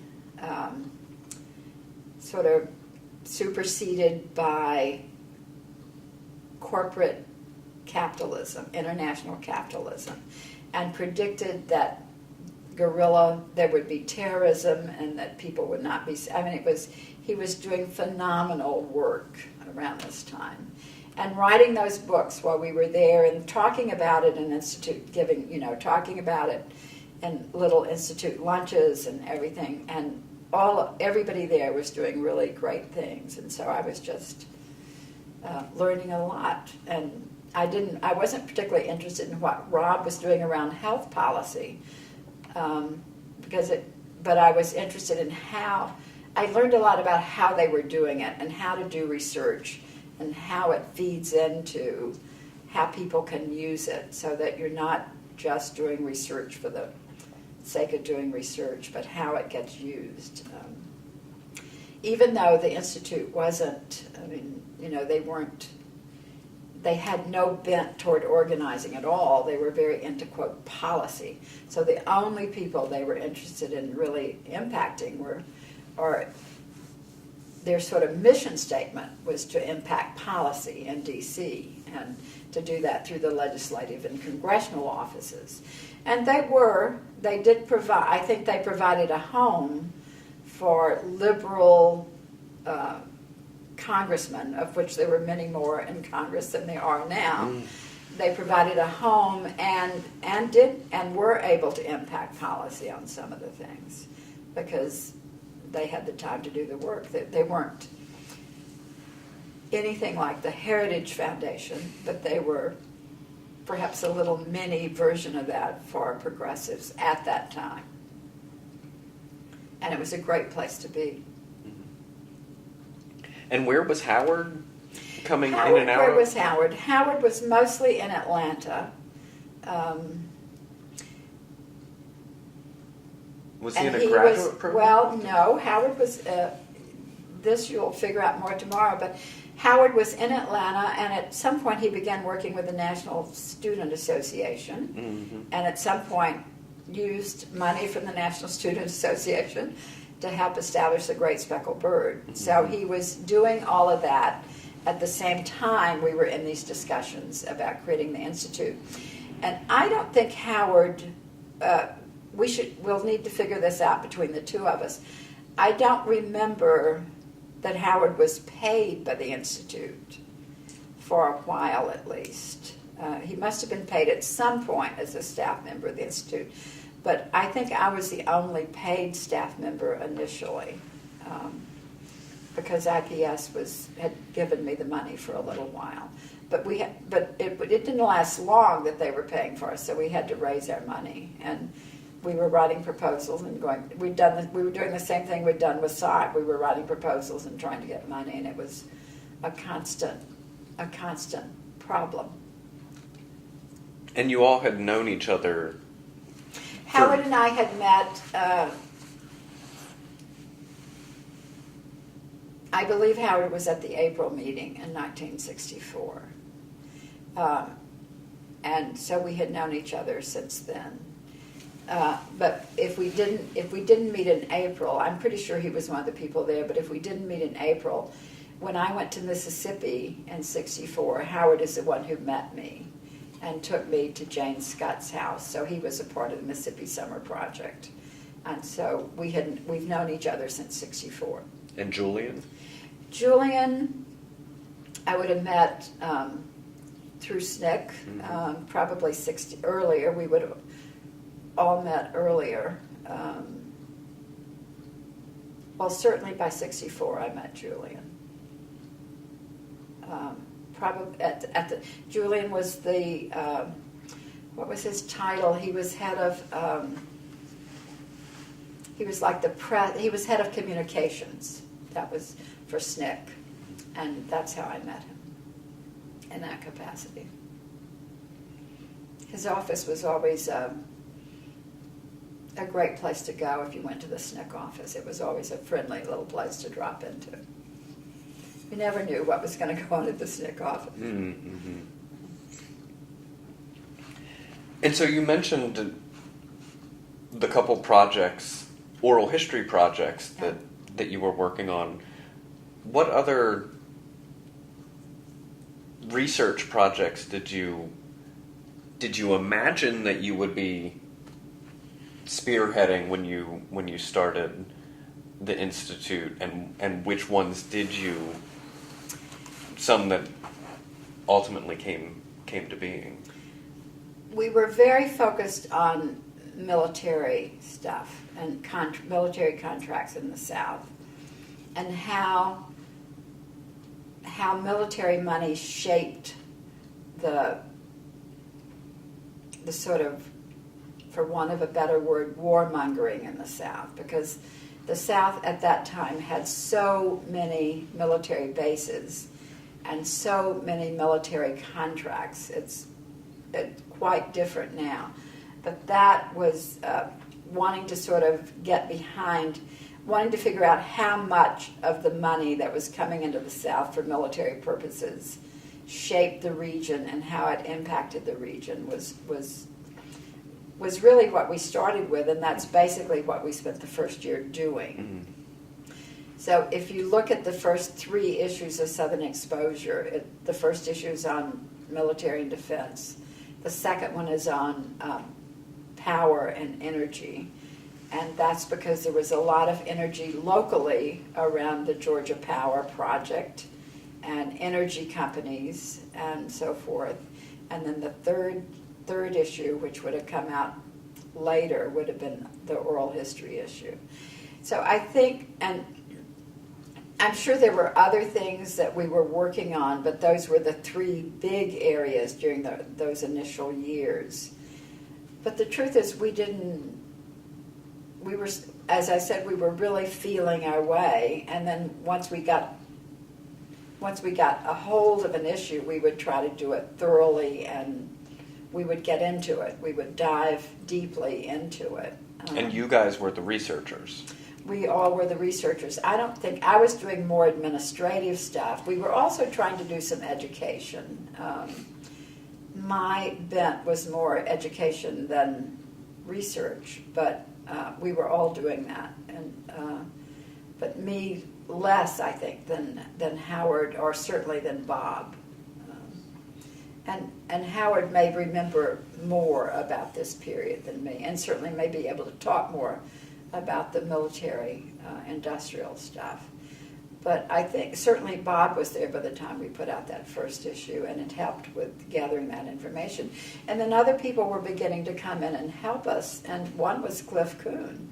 Cliff very early. Once he came here, had an association with, I think may have come here because of the Institute, actually, and came and volunteered at the Institute, as did Chip Hughes. So we had people beginning to come and help do a lot of that work. Because when did the first issue come out, do you think? I think it was 72 or 73, but I'd have to go back and look. Okay. It wasn't immediately. I moved here in 69. We spent sort of, we did not start the journal immediately. But probably by 70, certainly by 70, we were beginning to do that research on the military. Mm-hmm. And then that then became the first issue.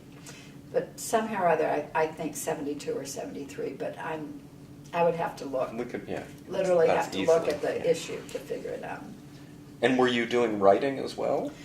I was writing proposals for funding. I mean, I felt like one of my reasons for going to graduate school is that I was so tired of writing proposals and newsletters, because that's what I was doing. I mean, at Highlander, I was helping write the newsletter and writing proposals, and I thought, I'm never going to be able to do any reading. I'm not reading and I'm not writing, really, except proposals. But at the Institute, it wasn't until Southern Exposure that I started doing some writing. I started immediately doing book. I don't think I may have written or edited. I was certainly helping with the editing.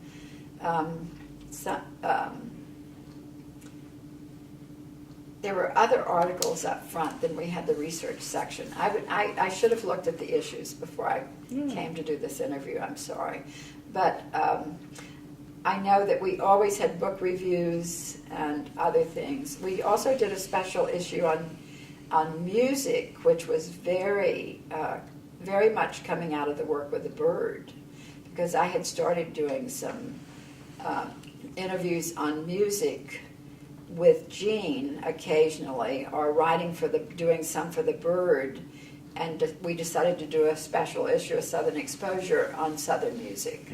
And I also think that's a really interesting issue. I mean, I think all the ones I worked on were really good, but that one had some long interviews in it with country music people and about music, some of which were published in the Bird. Some of that early, either a piece of it or an early part of it would have been published in the Bird. Mm-hmm. And you had mentioned earlier on the interviewing that you were doing for some of the issues that Neil Herring. Yes. Neil was around. Neil was very involved in the Georgia Power Project. Mm-hmm. And at the same time all of this was going on, I was very involved in the Atlanta community. I was now living here, very quickly became a part of the Bird Co-op, because those were my friends through Howard and Jean, who had been both SOC people. And so those were the people that I got to know in Atlanta very early. And I started going to Bird meetings, weekly meetings, which was to be a member of the co-op, where they would talk about the issue for the week and who was going to write what. And at some point, I think I began editing. I became co-editor of women's issues with Becky Hamilton, and then later international issues, which I was interested in which I mainly used the Liberation News Service for all the international, would decide which of the Liberation News Service articles would go into the Bird on international issues. That's what it meant to be editor of international issues, I think. And then I was active in the Bird Women's Caucus, and I don't remember when that started. And I also don't remember whether the Bird Women's Caucus merged into or sort of was the reason why Atlanta Women's Liberation, we began having those meetings. But all of those things began to happen around while I was working at the Institute for Southern Studies. Mm-hmm. And I think the other thing I was trying to figure out how to do during this time was how to stay connected to the black movement for civil rights. We were working with Julian, but SNCC was sort of no longer. There may have been. I don't even think there was a vestige of an organization here. The papers were warehoused at some point in a warehouse over on maybe Nelson Street, but how I was trying to figure out how the Institute, we were really a white organization, and even though Julian was our chair, we weren't working with the movement that we had talked about, or so trying to figure out how to work in a way that was not just as a white, that we didn't become a white organization was I think something that you always had to keep in mind. And we asked Leah Wise to join our staff during this time so that we diversified our own staff, and that helped. And then Leah, who had a background in history, was one of the key people in starting to do the interviews. And we were still connected. We had all the old SNCC contacts, but figuring out how to be connected to black movement organizations was still, you had to work at it. And in truth, we weren't connected to many organizations as such, and movement was dispersed. I think when we had thought about the Institute for Southern Studies, there had been what we all called the movement, capital letters. There was the movement. You knew what it was, you knew who was in it, and it had its own parameters. By 1969, no longer true. Movement was there was a lot of movement, and the Bird was happening. There was a counterculture movement in Atlanta. There were a lot of things going on, but it was very dispersed and not the movement anymore. So we had to figure out how to relate, how to find it and relate, and so that our work reflected that, not just sort of research on policy or something. So Leah's coming to the Institute, I think, was an important piece of daily having someone there who could help us negotiate relationships with black movements and black community organizations. I think her addition to the staff was key in helping us with that. And what was her role that she was hired into? She was just we didn't any of us have titles. Just staff. I think Howard and I were listed as co-directors for purposes of foundation proposals. Mm-hmm. But I don't think other than that we had roles. I think we just did. I'm pretty sure that I did the bulk of the administrative work because I can't imagine how we're doing it. So I'm pretty sure that fell to me, but otherwise we all did everything. Mm-hmm. Leah did have a little portfolio, but I don't remember it. And it may, very early on though, we started doing the oral history. But she may have been brought on to do something specific. I'm not sure. Well, great. Well, I think that we are approaching 3:00, Yes, and we you are. can get on the road. You've got to drive ahead of you. Yeah. And this brings us right to the Bird, which is where I thought we would get. This is somewhat embarrassing to talk this long and not be very far. You were giving us institutional history of many things on top of what I know, like institutional bird history, plus it's your own history. Yeah. And it's phenomenal. It's fantastic. Good. And I love that you brought up a variety of things that are near and dear to my heart, including the uprising of '34. and the auto workers sit down strike here. And I did not connect that it was you and Neil that had worked, because I read that article many years ago before I met you, and putting that together for me was just this amazing moment. Those guys were so terrific. I loved doing that interview, and I really was. I'm not sure I even knew how to. I think it was the first time I'd used. We bought a new Your tape recorder, and I think it was the first time I used it. And I was terrified that I wouldn't know how to work it, because those things were not easy to work, and by any stretch of the imagination. Mm-hmm. And not easy to change reels of tape and all that stuff, but they were the best thing back then. So, thank you for saying that. I will turn us off. To be continued. Okay. To be continued.